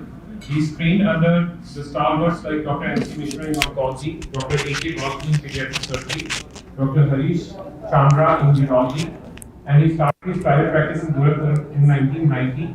And he's doing all types of general surgery, pediatric surgery, oncosurgery, and gynec surgery. So over to Dr. Mahendra Harbola sir for introduction of our speaker, Dr. Navneet Kumar Tripathi. So good evening everyone. So I'm the last man standing. I'll try to be quick. And my talk is on the role of screening and diagnosis in early breast cancers. So as we know that breast cancer has now become the most common overall cancer in both men and women. In fact, in India, it accounts for about 25% of all the patients who have cancer, followed by cervical cancer, ovarian, and even oral cancers. As we know that the burden in our country, the burden is quite high, and our patients have a poorer outcome as compared to the West. And the reasons can be that we have advanced stage presentation patients. Patients come mostly in stage 3 and 4. We have no organized mammographic screening program. There is a lack of general awareness among women regarding their breast health. And the social issues like the concerns of women are not properly addressed in the family. And lastly, that we have not very robust medical infrastructure. Also, the biology of our patients is different from the Western patients, as many studies have now shown. And our patients are more difficult to treat as we get patients in slightly younger age. They have more triple negative breast cancer patients. They are more high grade tumors, and again they present in high stages. So overall the picture in our country is we get more advanced and more aggressive tumors. Coming on the risk factors, we can broadly categorize the risk factors into two groups. The first is the fixed factors which we can't change. So the first is the age factor. So as the age will increase, the risk of a woman developing breast cancer will increase. Followed by the race, personal history of breast cancer, prior history of radiation to the chest wall, and other factors like early onset of menarche occurring less than 12 years of age, late menopause after 55 years, and the first childbirth happening after 35 years, which is very common these days, especially in metros. Again, family history is very important. A lot of patients have strong family history of breast and ovarian cancers, especially the two mutations which we talk of these days is BRCA1 mutation, which has got a 70% lifetime risk of development of breast cancer, and the other is the BRCA2, which has got about 50% chance of subsequent development of breast cancer in a woman's life. The second group is the lifestyle factors, which is again epidemic these days. Of these, the most common is the obesity. Women are more obese these days. Fatty diet, lack of physical activity. Again, there is a fad of avoiding breastfeeding in some population. Again, smoking and alcohol intake is again important. And lastly, hormone replacement therapy, especially in the postmenopausal age group. However, the absence of these risk factors doesn't guarantee that a woman will not develop breast cancer. In fact, about 80% women who have cancer doesn't seem to have any risk factor. At the same time, women with risk factors may not develop breast cancer in their lifetime. So the crux is that breast cancer cannot be prevented at this time. Our aim should be to detect breast cancer at its earliest possible stage for best clinical long-term outcomes. Now the question comes, how to detect breast cancer early? For this, we have two things can be done. The first is to raise awareness among women regarding their breast health. Women should again consult a nearest physician or a gynecologist if they develop any symptom in their breasts. Second is a breast cancer screening programs. Now for screening, screening has shown to reduce breast cancer mortality as is shown in various studies, and there are various options. The most common is our yearly digital mammography, which should be done after 40 years of age. Other options being a clinical breast examination by a physician once a year. MRI can be used in only some specific populations where the risk of breast cancer is more than 20% or the patient or the woman is a BRCA mutation carrier. Ultrasound as a screening modality is not recommended. However, in places where mammography is not available, it can be used due to some logistical reasons. Coming on to digital mammography, again, this is the only screening modality which has shown to reduce breast cancer mortality. It is the only modality which has been recommended to be used as a routine screening program. Again, the important thing is to consider the age when to start screening. Again, this is a very controversial topic, but in India what we are following is that after 40 years of age, every woman should have a yearly mammogram and a clinical breast examination, and that's what we are following. Now again, there is one advancement of the mammography which is the DBT or a digital breast tomosynthesis, which is now available in Lucknow, and this is a 3D mammography, and various images are taken in various planes, and the advantage is that very small lesions which are present in dense breast can be picked up by this DBT, and also we can take biopsies from lesions which are not palpable. This is done in a mammographic suit, and we can guide the needle to the exact location where the tumor is. Coming on MR mammography or breast MRI, again it is a very useful investigation in a small subset of patients. It is useful in women who are young, who have dense breasts, as mammography or ultrasound may skip lesions in women who have dense breasts. It is done with a dedicated coil and with the IV contrast. Indications of a breast MRI are in young women having dense breast with some suspicious lesion on ultrasound, screening for high risk cases in pregnancy, and it can be used as an adjunct to a mammography when the findings are not very clear. Lastly, I like to touch some points which are of clinical significance. That currently age is not a very good criteria to judge regarding the malignancy, as the breast cancer age has come from 50 to 70 years of age to now currently it is now peak is in between 30 to 50 years of age. So younger women doesn't mean, if the patient is young, that doesn't mean that she may not have a malignancy. She can have malignancy, and you have to rule that out. Irrespective of age, if you get the patient of breast lump, always try to rule out malignancy.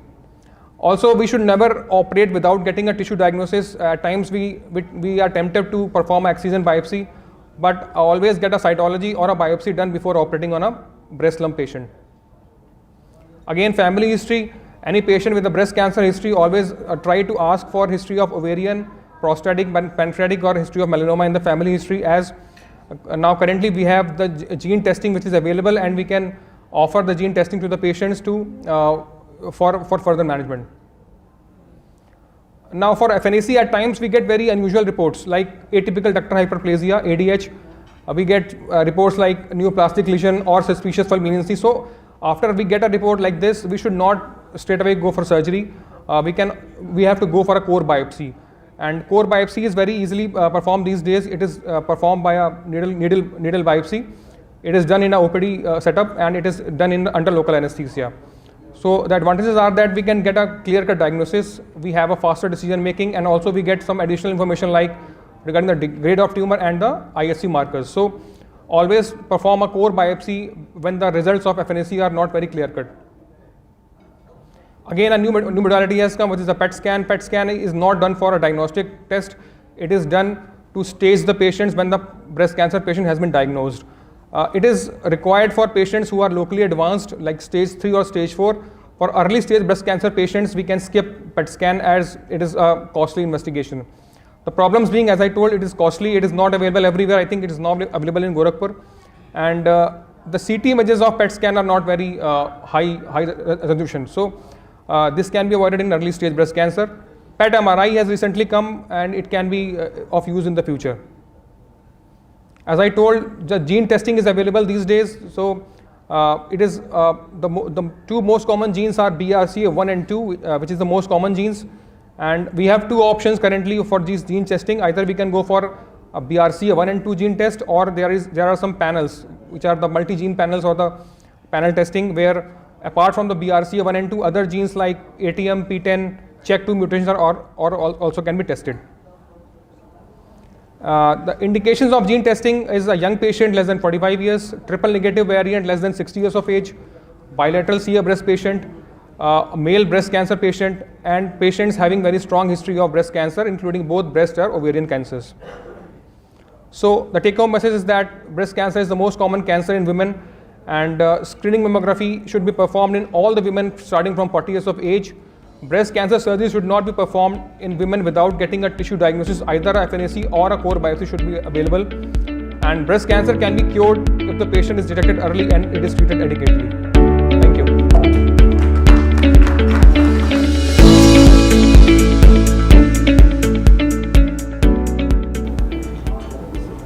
So there are mammography, there are people doing ultrasonographic mammography. Is this? So yeah. So what they call it as a sonomammography. Yes, sonomammography. So sonomammography is not mammography per se.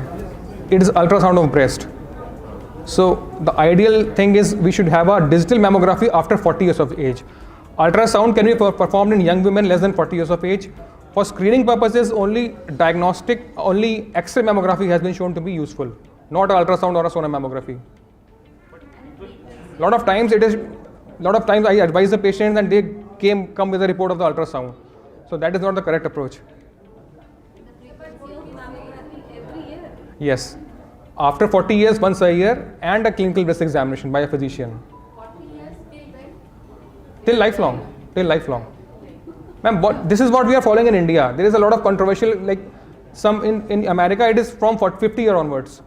So after between 50 to 40 to 50, there are some specific groups. But here in India, we have now guidelines. We are following from 40 years of age.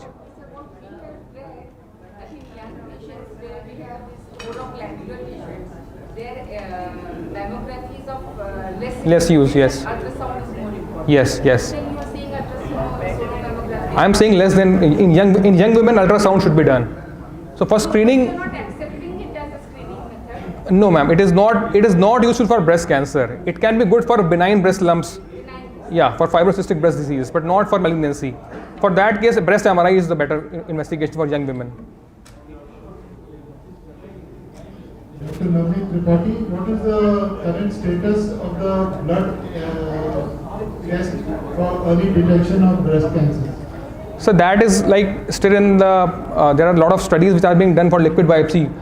But then currently we are not using it routinely for detection or recurrence of breast cancer. Thank you for the wonderful talk. Thank you. Mother has breast cancer, and then we do BRCA genes. Suppose she comes out to be positive. Yes. So what should the sibling do? I mean, her daughter. Yeah. If the index patient is positive, if the index patient is negative, the story ends. Nothing needs to be done. If the index patient is positive for any mutation, then the siblings, the sisters first, and then the daughters, they need to be screened for the testing. So suppose they come out to be positive. Yes. Then what do you do? Again, ma'am, that is a different, it's a different discussion altogether, because then you have to go for a preventive surgery and all. Chemo prevention comes, the role of tamoxifen, and like what Angelina Jolie did in the US, she had a prophylactic bilateral surgeries. So that is again a very, that has to be discussed with the patient. What options, all the options need to be given to the carrier.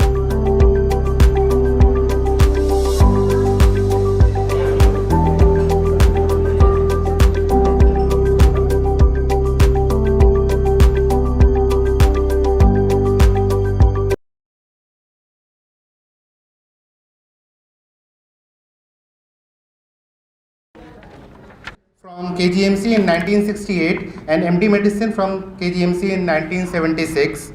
He was ex-HOD in Medicine, Cardiology Department in LNM Railway Hospital, Gorakhpur. He has also done his training in non-invasive cardiology at Chennai and Delhi in 1992. He was also Chief Medical Superintendent in Varanasi and has chaired many national conferences in API many times.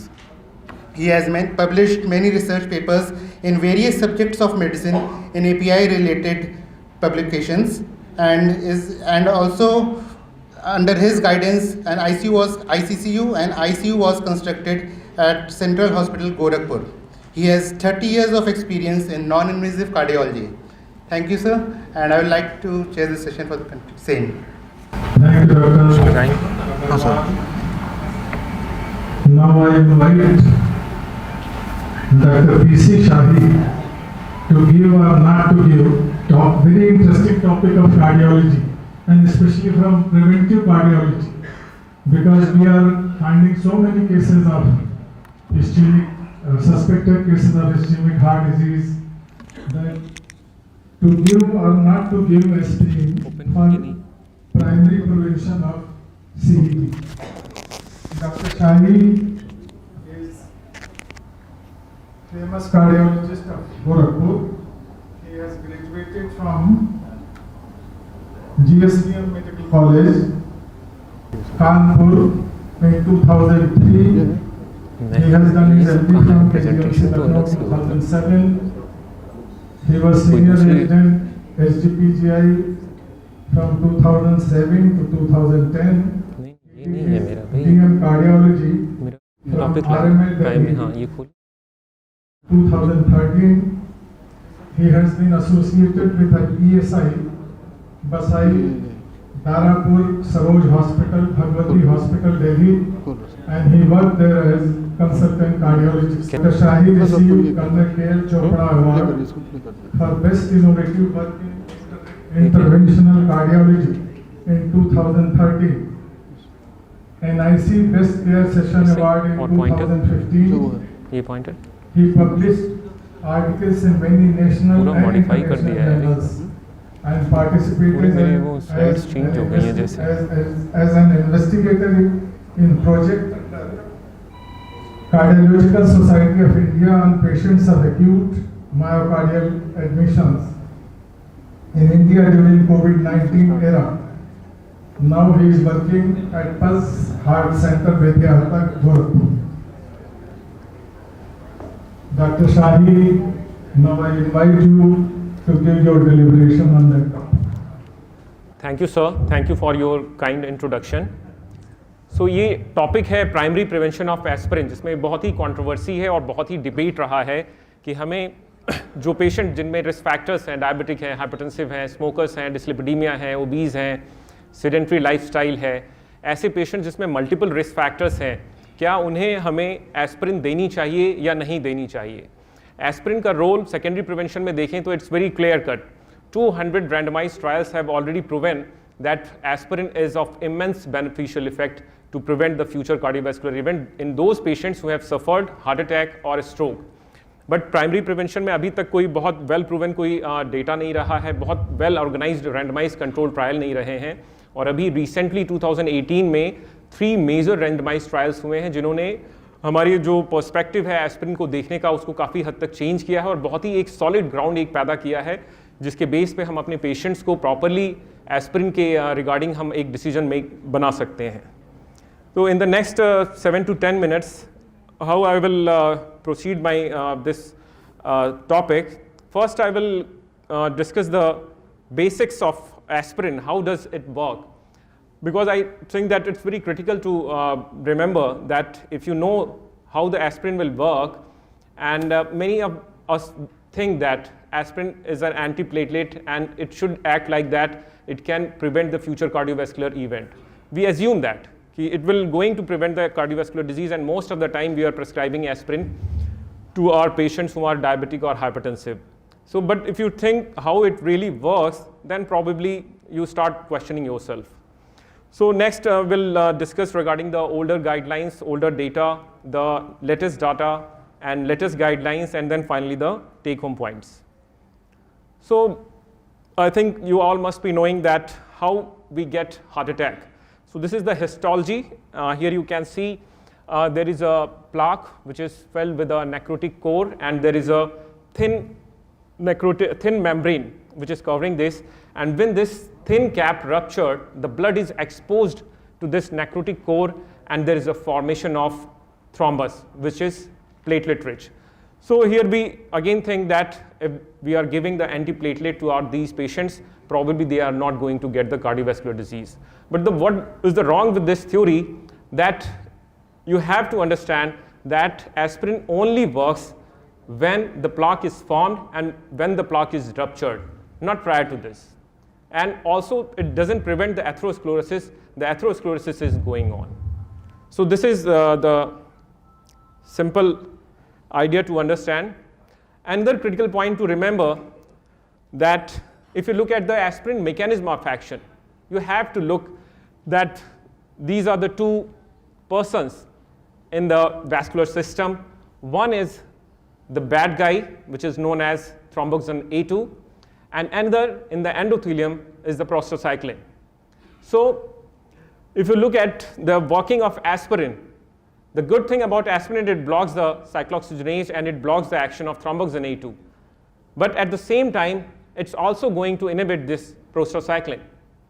So this is not good. So because this prostacyclin is basically the inhibitor of platelet aggregation, and thromboxane A2 is a platelet, it promotes the platelet aggregation. So what is the current hypothesis? So how does it work that aspirin in low doses, what is the low dose? There are 3 doses of aspirin: low dose, middle dose and high dose. Low dose is from 75 to 150 mg, middle dose is 150 to 325 mg, and beyond 325 is high dose. So at lowest possible dose, it has been seen that it is very selective and it blocks thromboxane A2 only. But when you increase the doses, it starts inhibiting cyclooxygenase 2 as well, where we are losing the benefit, because it at that moment of time it's stopping the action of prostacyclin, which is a good guy, as you have seen in my previous slide.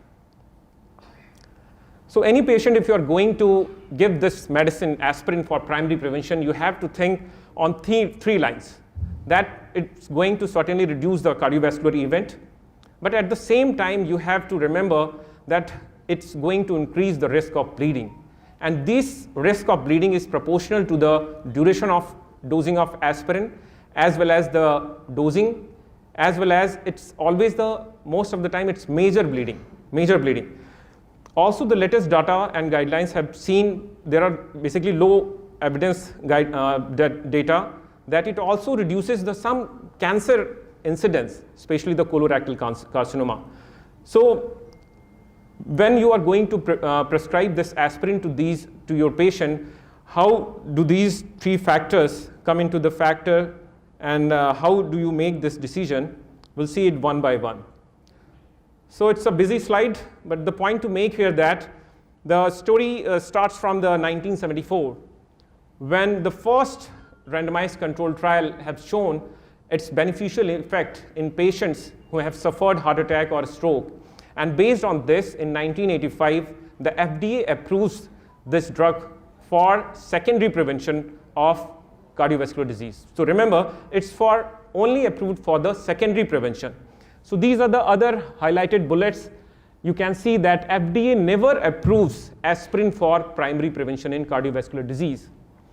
And in the year 2009, United States Preventive Services Task Forces came with its own guideline, where it recommended that aspirin can be given as a grade A recommendation to patients who are middle age and men and slightly older females.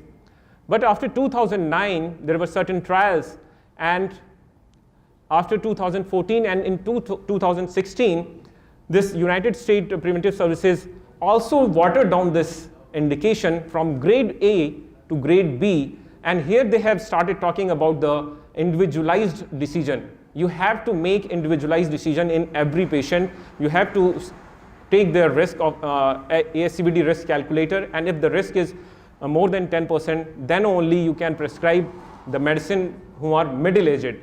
Also here they have not included those patients who are less than 50 or more than 70. So there is always a controversy. So here we are up till 2016. So what was the problem with the older study?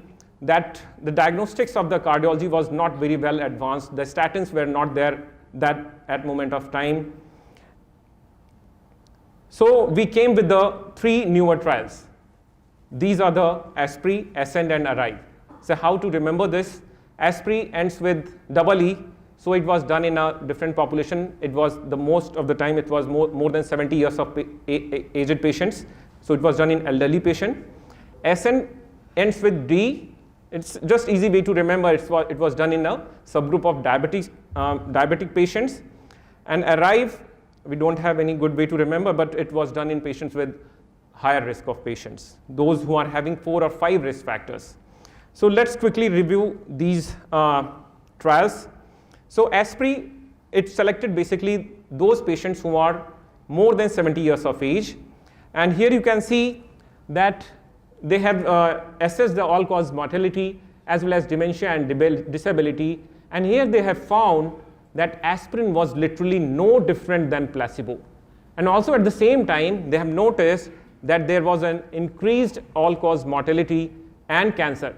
But it was not properly explained. Some people say that you need to have aspirin for more than 4.7 years to look for the beneficial effect. So based on this, essentially it was a trial to look at the elderly patient, and based on the ASPRI trial, it's essentially you cannot prescribe aspirin for primary prevention in those who are more than 70 years of age. So this was ASCEND trial, a lot of patients, well done studies, and they have shown some reduction in cardiovascular endpoint, say it's 12%, but the risk of major bleeding was quite high, it's 29%. So here again, the risk is more than benefit. So again, you have to individualize the treatment. You cannot automatically write to each and every diabetic patient the aspirin for primary prevention of cardiovascular disease. So finally, this ARRIVE trial, which was done in patients with very high risk factors, say all these patients are having more than 3 risk factors. They were diabetic, they were hypertensive, they were smokers, they have dyslipidemia. And the last line is the final verdict that use of aspirin here also needs to be individualized. You cannot write each and every individual for primary prevention as a aspirin.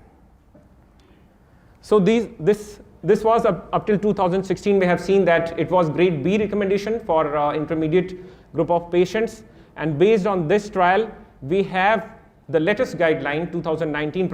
Probably because of the COVID, we have just missed this guideline regarding the primary prevention of cardiovascular diseases. And in 2019, the guidelines has been updated, and here you can see that it was a very weak recommendation even for those patients who are 40 to 70 years. You have to risk calculate. Also, you have to assess their bleeding risk. And how will you assess the bleeding risk? It's very simple. You do not have to go for various risk calculators. You just look at the patient's hemoglobin and their platelet count. If they are low, please do not prescribe this medicine based on their individualized risk factors. So if the risk factors, individualized ASCVD risk, if it's less than 10%, then you should not prescribe aspirin. And also it says that here you can see that it's not recommended for patients who are more than 70 years of age. So it's a very universal acceptance by the guidelines that it's going to produce some harm. So you should not prescribe these medicines. So these are the guidelines. So as the evidences are coming out, the recommendation against aspirin in individuals older than 70 years old, there is a weak recommendation even in the age group of 40 to 70 years. So the take home point is, get the risk factors, what you can do to prevent the cardiovascular disease. So you have to control the risk factors basically. Cut down the smoking, control the blood pressure, control the dyslipidemia with moderate to high intensity statins. These are the better strategies which can prevent the future cardiovascular events, not the aspirin. And do not prescribe aspirin to those who are more than 70 years of old for primary prevention. And those falling between 40 to 70 years, you have to calculate the ASCVD risk.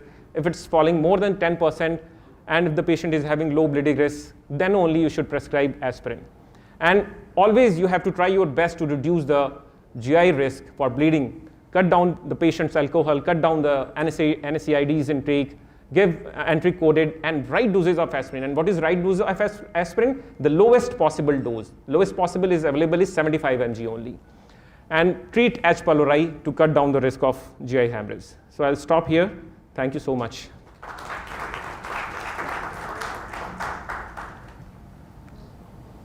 Thank you, Dr. Shahi. A very interesting topic. And as physicians, we are facing this problem very frequently, that we should give aspirin as a primary prevention or not. Now I request the audience for any questions, any queries about the aspirin. Any recommendation for diabetic patient 70 के more than 70 के ऊपर तो नहीं देना है, लेकिन 40 से 70 के में कोई special indication for diabetic because the diabetes is increasing very fastly. Yes, yes. So as we see, a lot of patients are seen by physicians, diabetic patient, and this is a consciousness, or you can say the diabetic patient having low risk, having chest pain, either it is typical or atypical. Everyone prescribing aspirin with statins. Basically, for primary prevention, you always have to individualize the treatment. You are supposed to calculate the risk of patient. There are good calculators. You just download the Medscape app. There are calculators in cardiology. You just take the ASCVD calculator and you have to put the patient's age, gender, different cholesterol profile, if the patient is hypertensive, if the patient is smoker, and based on these calculators, you can get the proper score. If the risk is falling between 10 to 20%, you can, if the bleeding risk is less, then you can certainly prescribe aspirin for sure. But if the bleeding risk is high and the risk is falling below 10%, then you are not supposed to give aspirin, even in those patients, until unless you diagnose there is a definite CAD. CAD means chronic stable angina, acute heart attack, stroke, peripheral vascular disease, symptomatic. Non-critical disease is not coming into that CVD. Asymptomatic patients are not being prescribed. You have to optimize the statins, you have to control the blood pressure, you have to give a proper lifestyle indications to the patients. The patient is having angiogram. What is the level you prescribe the aspirin? More than 70%. More than 70% is hemodynamically challenging, that हेमोडायनेमिकली वो flow को वो disturb करता है, तो 70% से ज़्यादा stenosis है, then only you can prescribe. Less than 70% without any low risk category in the scoring system. There is no. I think you have to just control the risk factors at that moment of time. If the patient is asymptomatic, then probably you should not prescribe, because these trials have already shown that these patients are having their coronary artery calcification also in a high range, but they also were not benefited a lot with this medicine. Most of the coronary care units recommend that once the prematurely patients are somewhere, they develop the coronary occlusion, and they are being referred to or transferred to or transmitted to the coronary care unit. They recommend that aspirin 300 to 600 milligrams, which is dissolved in water and given to the patient. That's what you can do. Is it correct, or there is some recommendation? Sir, there is a loading dose of, we have to give loading dose of aspirin, clopidogrel and statins in these patients who have developed acute coronary syndrome.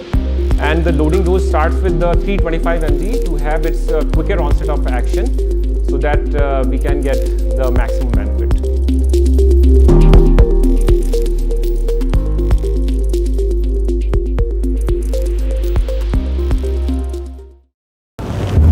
So the next topic is recent advances in ovarian cancer management, and the speaker is Dr. Hemant Singh Niranjan.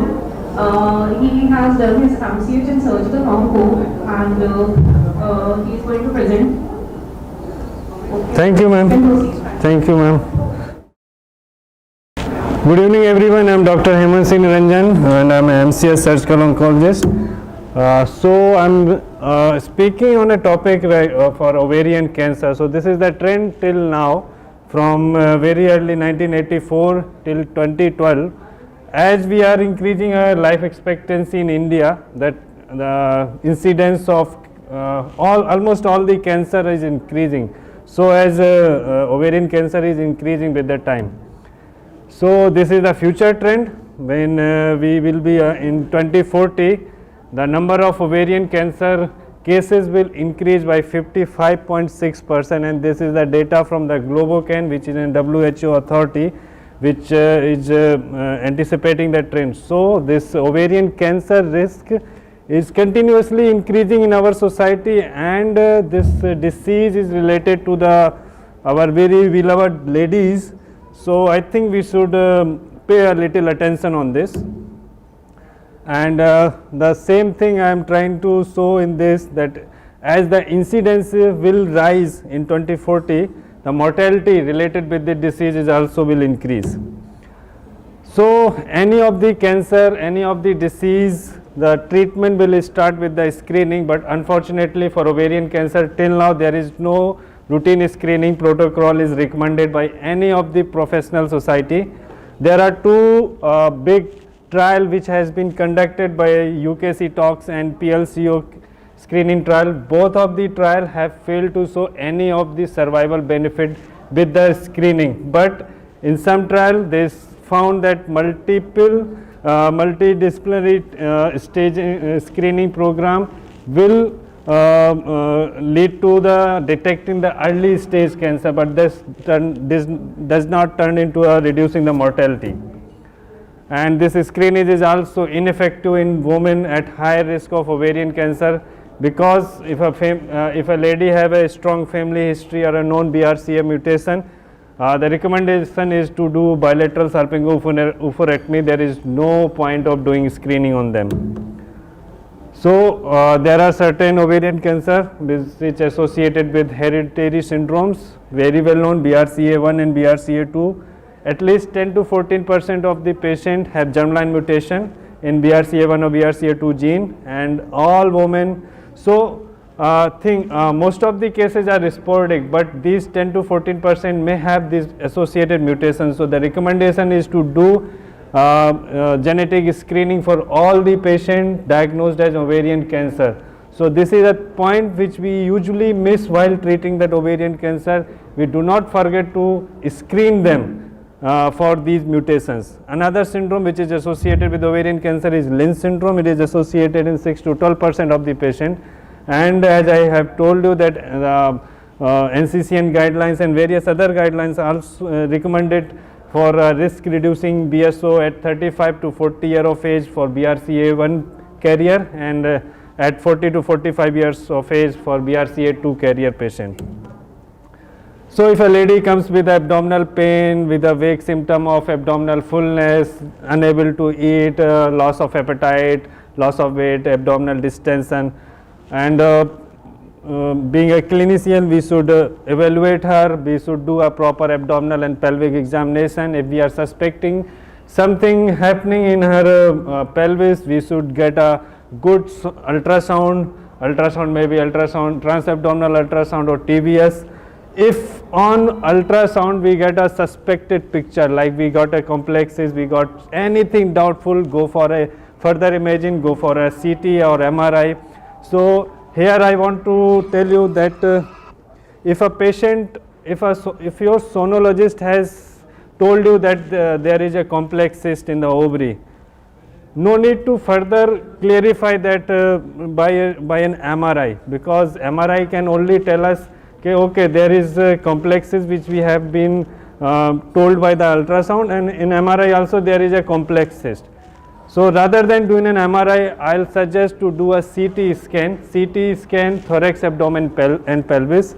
That will tell me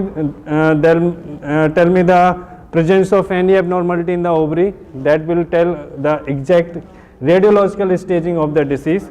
So rather than wasting time and money on MRI, if you believe on your sonologist, go for a CT scan.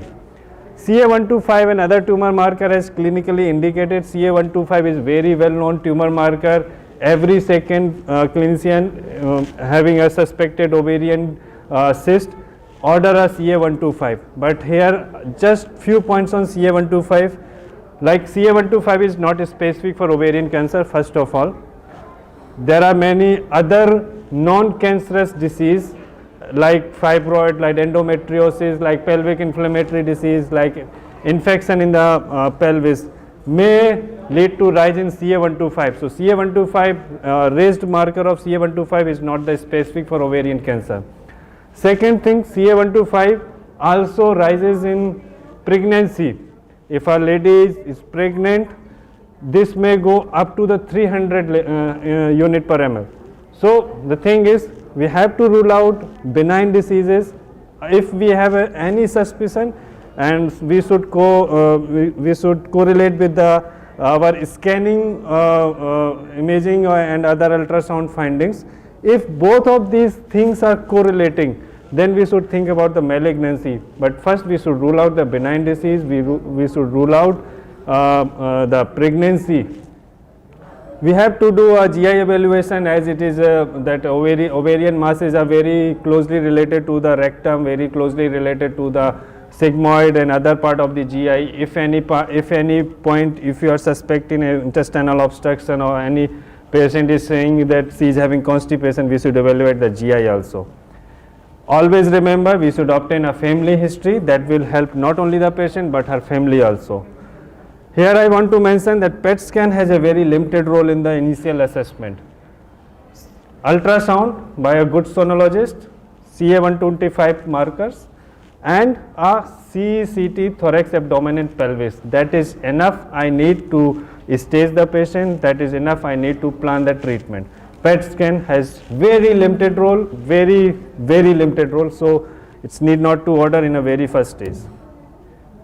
So here there is one risk of malignancy index. This is like ovarian cyst is very common in the community, so we made a malignancy index. So it included the ultrasound feature, it included the menopausal stages of the lady, we include a value of CA125, we include the size of the mass. So we calculate risk of malignancy index by multiplying all these factors. So if our RMI is more than 200, it is very sensitive, very specific, very positive predictive value and having a very high negative predictive value. So if there is a raised CA125, there is suspicious on ultrasound, postmenopausal lady, it's and RMI is more than 200, it's quite enough to evaluate the lady in a line of CA ovary.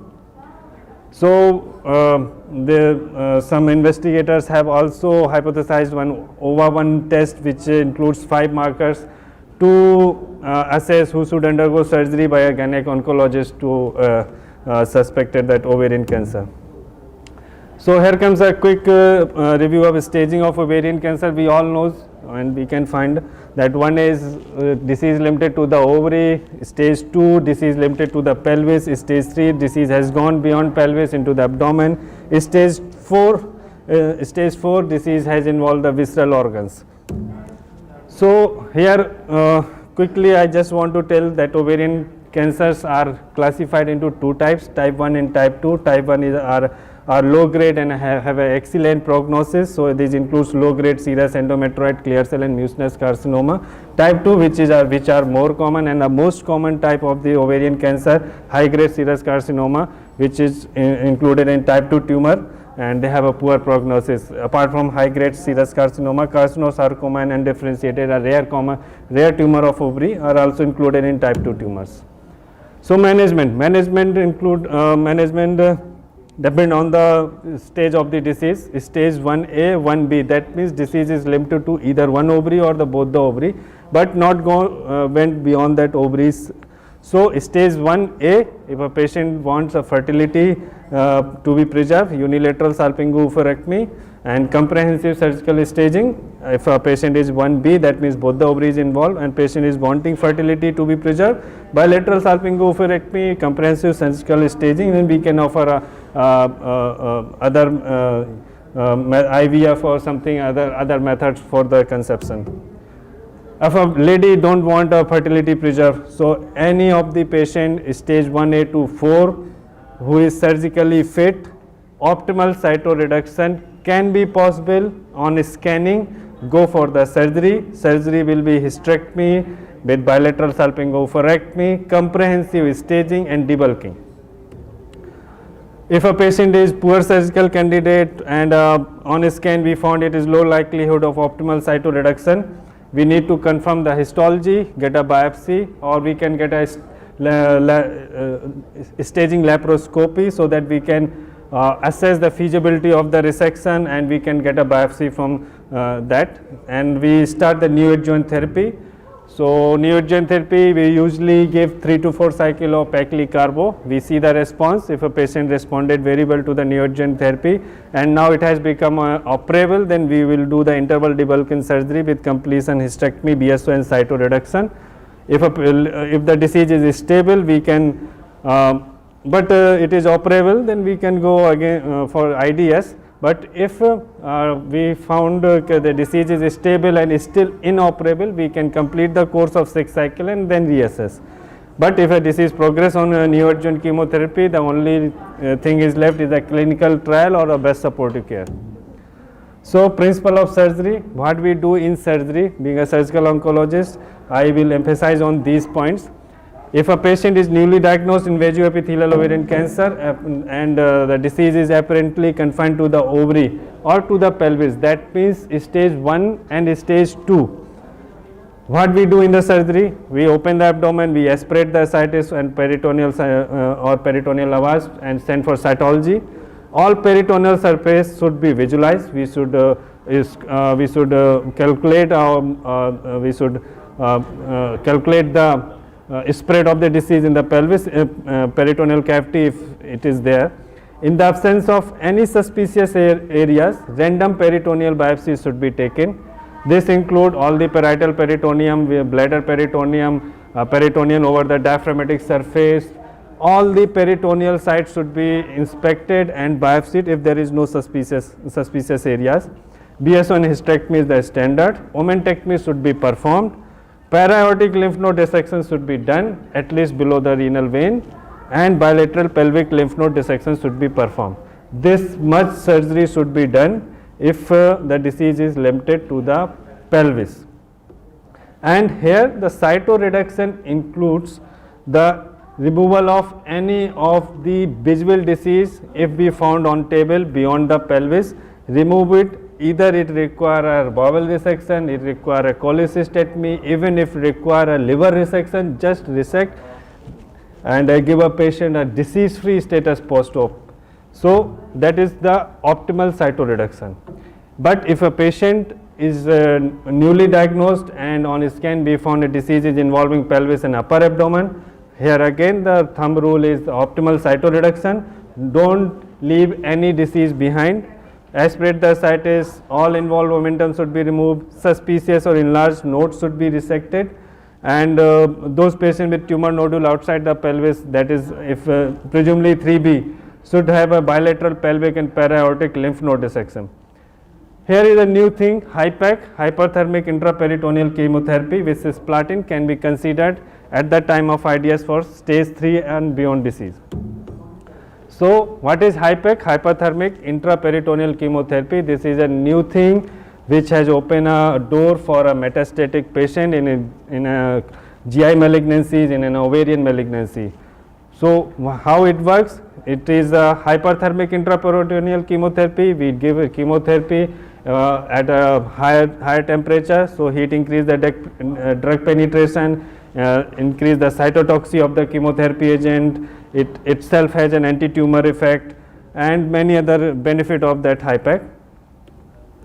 So HIPEC, before going for HIPEC, we have to do the complete cytoreduction. So here is a scoring system, CC0, that means there is no visible disease. CC1, there is less than 2.5 mm disease we left behind.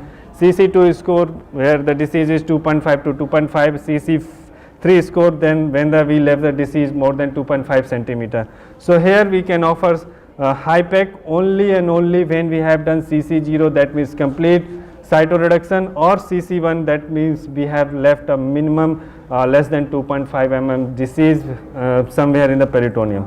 Then only this HIPEC will work.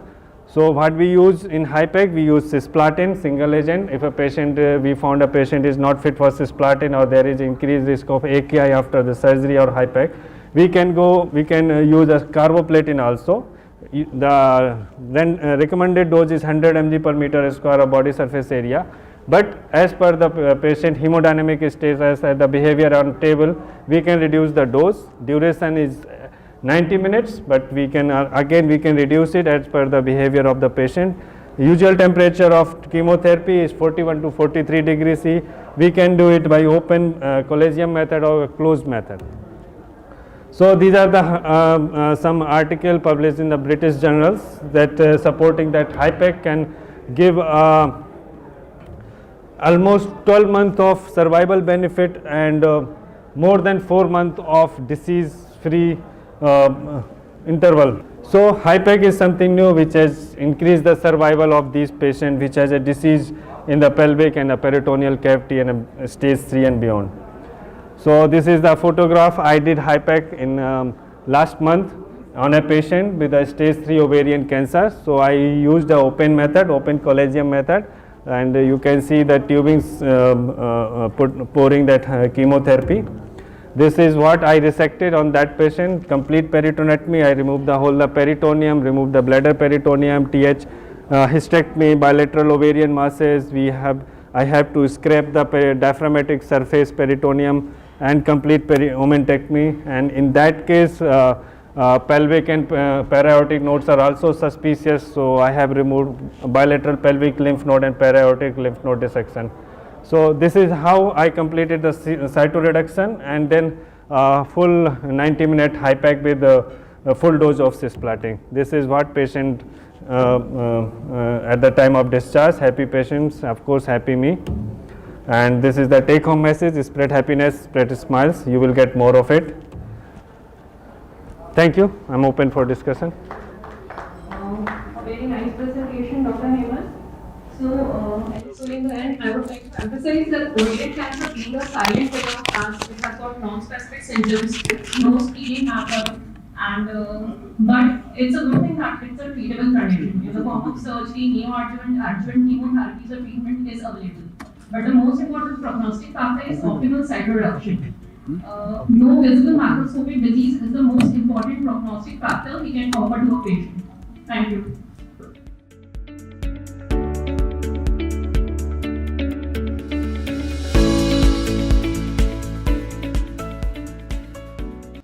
For the next presentation, I would like to invite Dr. B.N. Agrawal, Secretary IMA Gorakhpur, to introduce our keynote speaker, and he's going to talk on ABG in clinical practice. We are very late, so I will not take much of time to introduce Dr. Radisson. He is the Professor of Medicine at Queue IMA Medical College He did tremendous work in the era of COVID. He educated, I think, more than thousands of doctors during COVID. He will deal with the easy, which is a very complex topic. It needs the skill from drawing the blood to the injection. This is the reason, this is a single reason my teacher used to say that नीक में fees क्यों आती है. तो EVG में काफी calculations हैं, it needs maths also. So Dr. Rajkishore, please proceed. बहुत बहुत धन्यवाद इतने अच्छे शब्दों के लिए. कबीर, बुद्ध और हठ योग की इस धरती पे आप सभी को नमन. ABG in clinical practice is the topic today allotted to me. I worked hard to make it simple, memorable and really practicable in our routine clinical practice. Normal values of ABG. There are mainly 4 parts. PaO2. It will give you idea about oxygenation. A patient oxygenation is optimum or not. It should be between 80 to 100. pH, PaCO2 and bicarbonate. This will give idea about acid-base status. Anion gap. It is useful for metabolic acidosis. And lactate. The normal value is 2 millimole per liter. Good marker of tissue hypoperfusion and anaerobic metabolism. So increased in all kind of shock. अगर ABG में आपको lactate बढ़ा हुआ दिख गया, means कि there is probability of shock. ABG is needed to know oxygenation status with PaO2 and FiO2 ratio. It's not only PaO2. Suppose a patient is on 100% FiO2, 100% oxygen, and his PaO2 is normal, within normal range, still he is hypoxic. Acid-base status with pH, PaCO2 and bicarbonate, ventilation status with PaCO2, and also ABG will also give quick assessment of lactate, electrolytes, blood glucose, hemoglobin, hematocrit, anion gap and osmolality. It's a very good point of care, investigatory modality, and it's a must for every clinic, especially involving in tackling emergency services. Why SpO2 pulse oximeter is not enough to assess the true oxygenation status? This is a big question. I am having pulse oximeter, मैं क्यों ABG machine लगाऊं? नहीं लगाऊंगा. सही नहीं है ये. Why? As SpO2 falls from 100 to 93 only, corresponding PaO2 in ABG drops from 100 to 60. Your pulse oximeter is showing SpO2 93, but ABG will show PaO2 of 60. Your patient is going to collapse. So this is the magic of ABG and why it is important modality. Now, the first step, the first thing the ABG will give you, oxygenation status.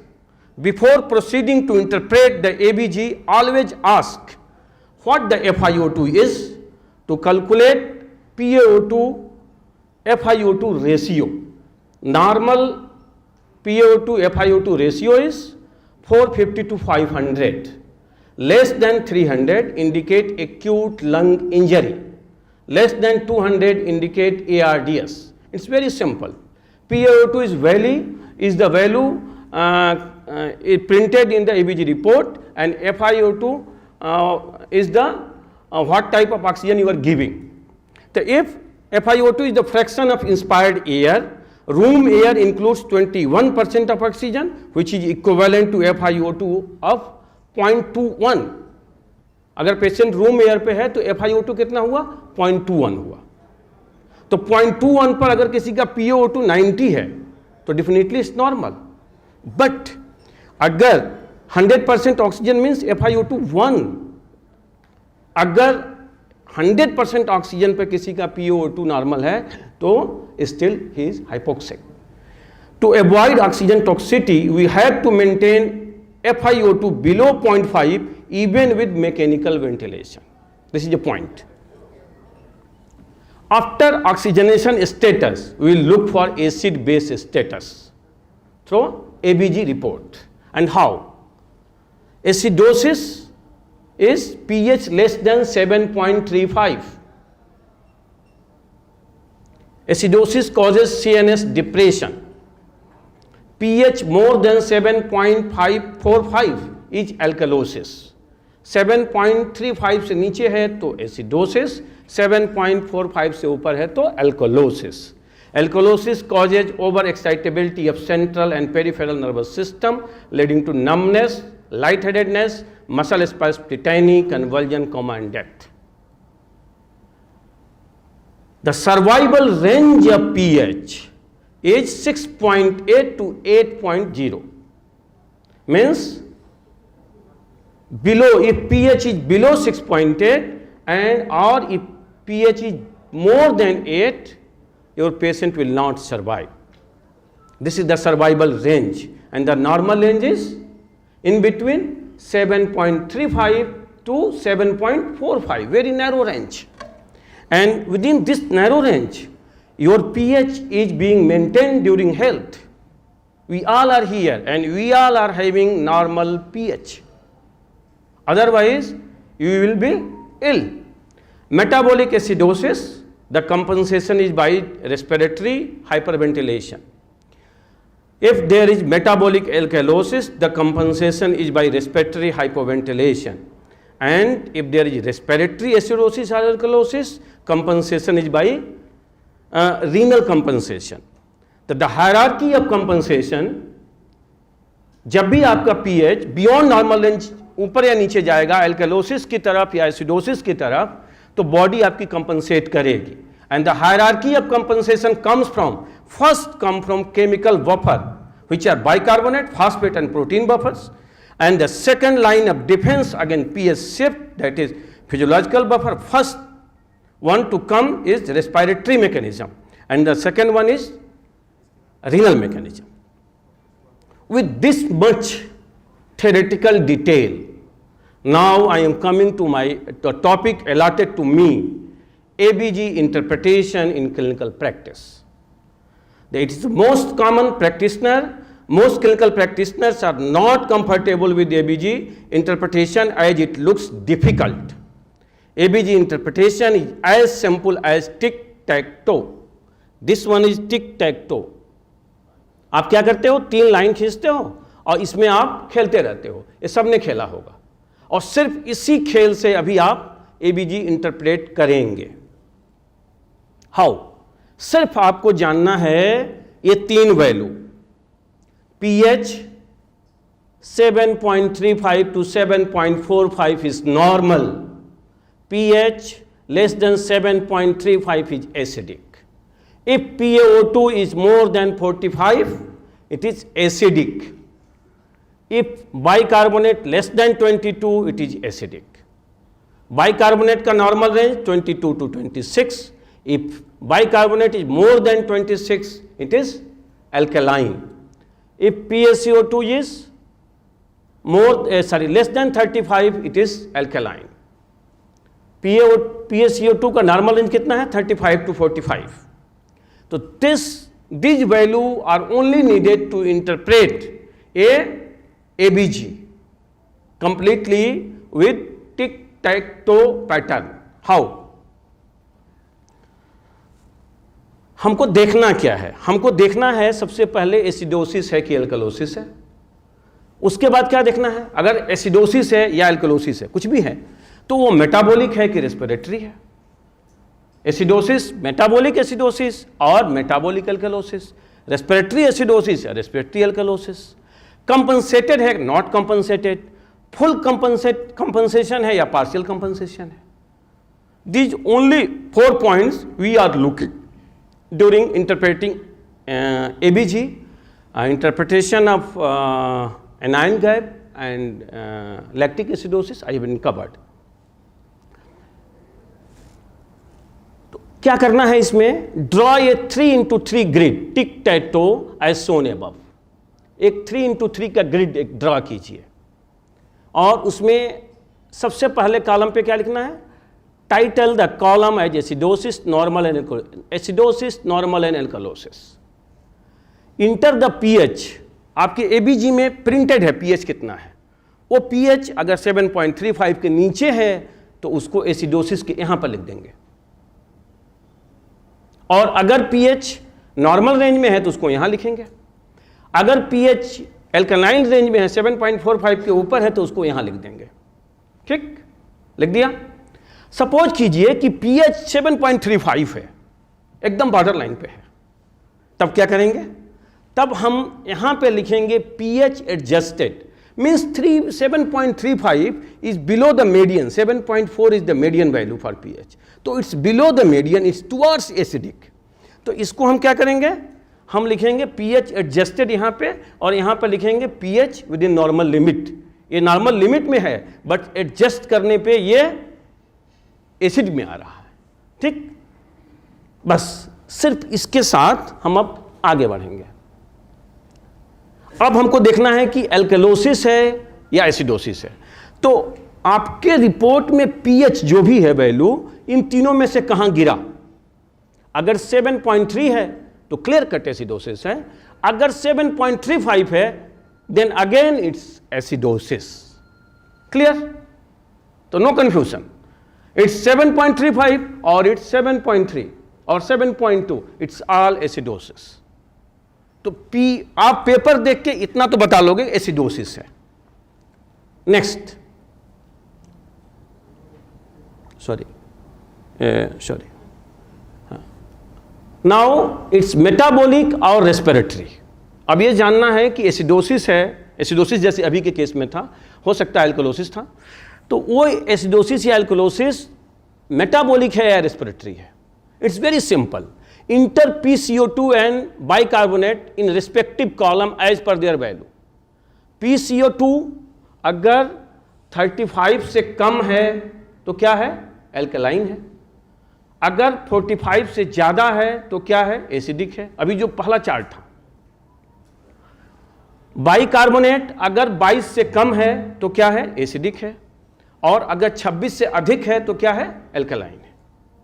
तो अगर 26 से अधिक value bicarbonate की है तो alkalosis के नीचे लिखा जाएगा, और अगर 22 के नीचे है तो एसिडोसिस के नीचे लिखा जाएगा. सिंपल. फर्स्ट स्टेप में पीएच को आपने सेट किया, दूसरे स्टेप में आप PCO2 और बाइकार्बोनेट को लिख दीजिए. तो देखिए लिखते ही क्या हो रहा है. पीएच 7.3 था, बाइकार्बोनेट 15 था. 15 मतलब 22 से नीचे था, तो हमने कहाँ रखा उसको? एसिडोसिस में रखा, यहां रखा. और PCO2 38 था, मीन्स नॉर्मल रेंज में था, तो उसको नॉर्मल कर दिया. ठीक, तो इट्स क्या है? If pH and bicarbonate falls in same column the problem is metabolic.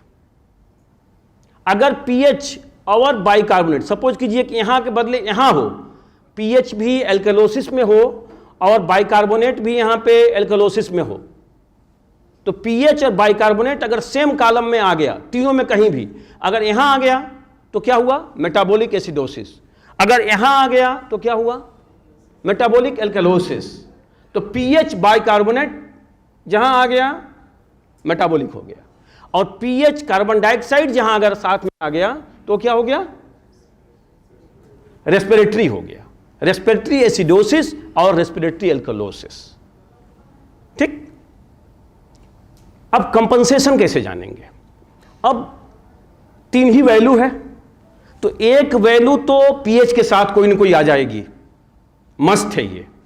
एक वैल्यू कोई ऐसी होगी जो आउट इसके दोनों के बाहर जाएगी।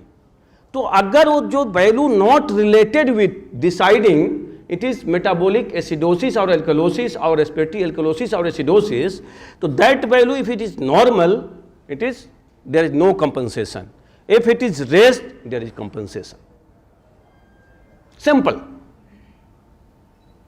तो एसिडोसिस है कि नहीं ये पता लगा लिया, एसिडोसिस है कि एल्कलोसिस है, एसिडोसिस है एल्कलोसिस है तो मेटाबॉलिक है कि रेस्पिरेटरी है, और अगर ये है तो कंपनसेशन है कि नहीं है।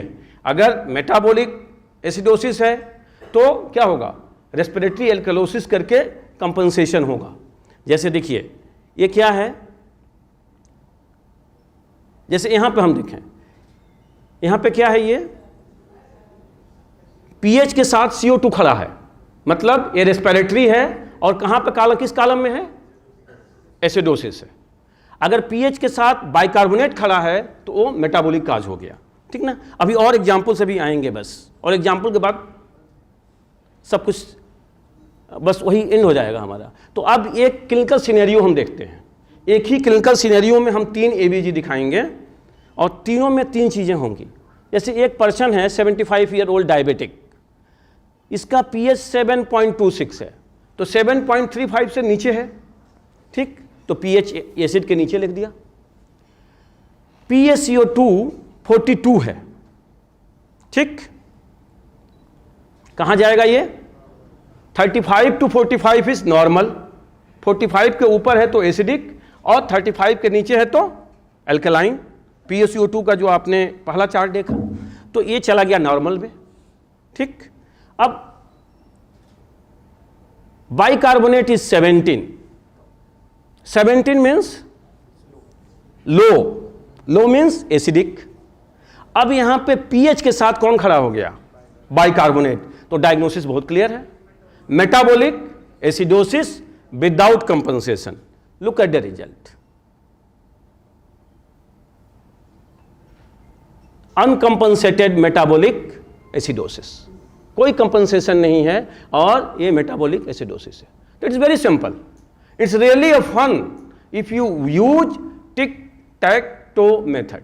It's really a fun and it's take hardly minutes.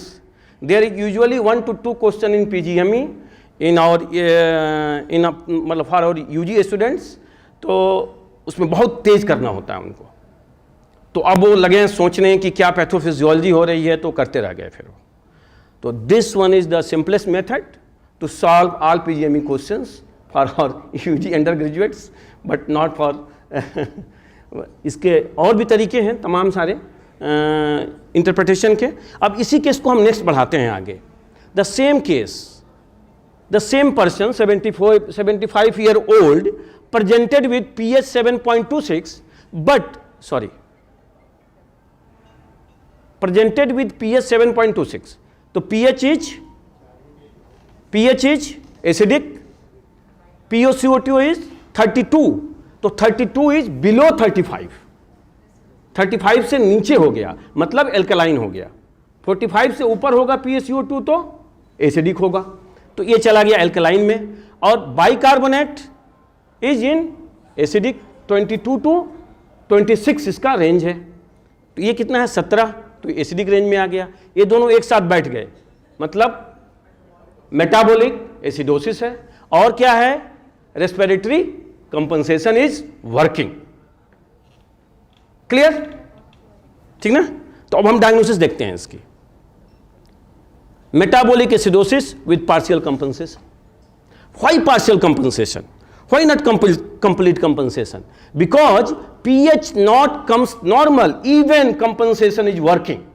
Compensation, respiratory physiological mechanism working to compensate that metabolic acidosis, but still the pH is out of range, in acidic range, means the compensation is partial.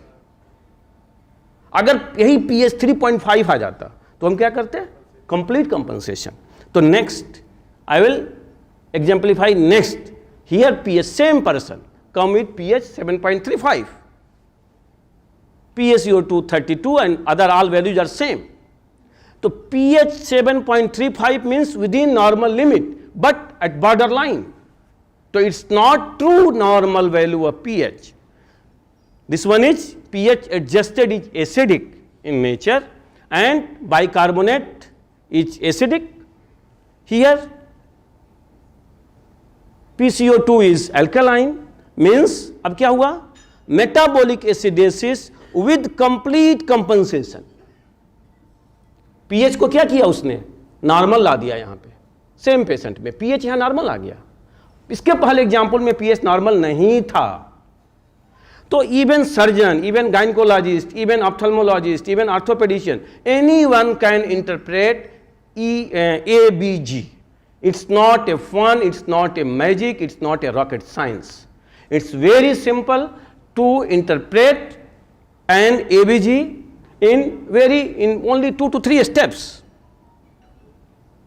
So what is your diagnosis here? Metabolic acidosis with complete respiratory compensation.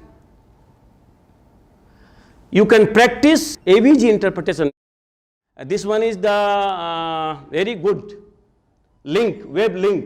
Here you can go, click, there is so many problems comes, and you will give answer, and they will explain your answer is wrong or right and why.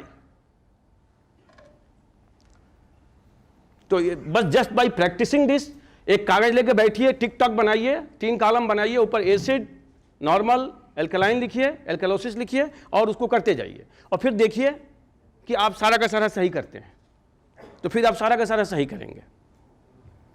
ABG interpretation can be only interpreted in background of clinical condition, never goes only with ABC. Second thing, ABG do not dictate the management, it is just an adjunct to clinical evaluation. It will give you idea about pathophysiology. Treat the underlying cause, not the ABG report. This is the final message.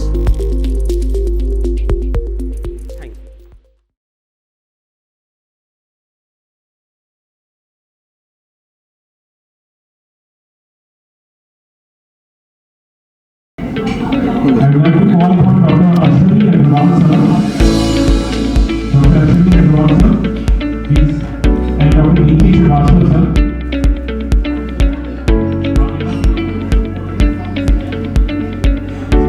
To present the memento and certificate, sir.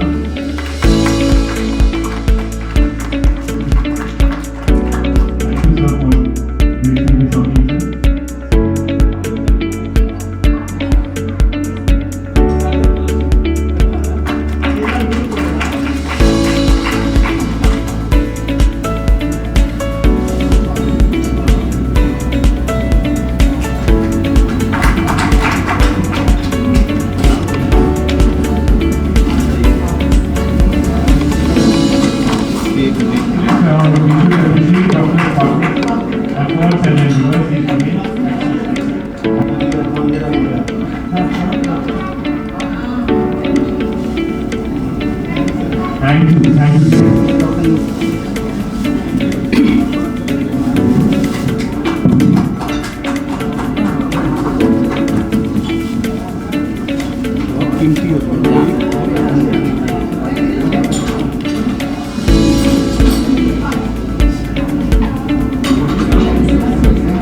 Medical oncology, screening and immunology treatment.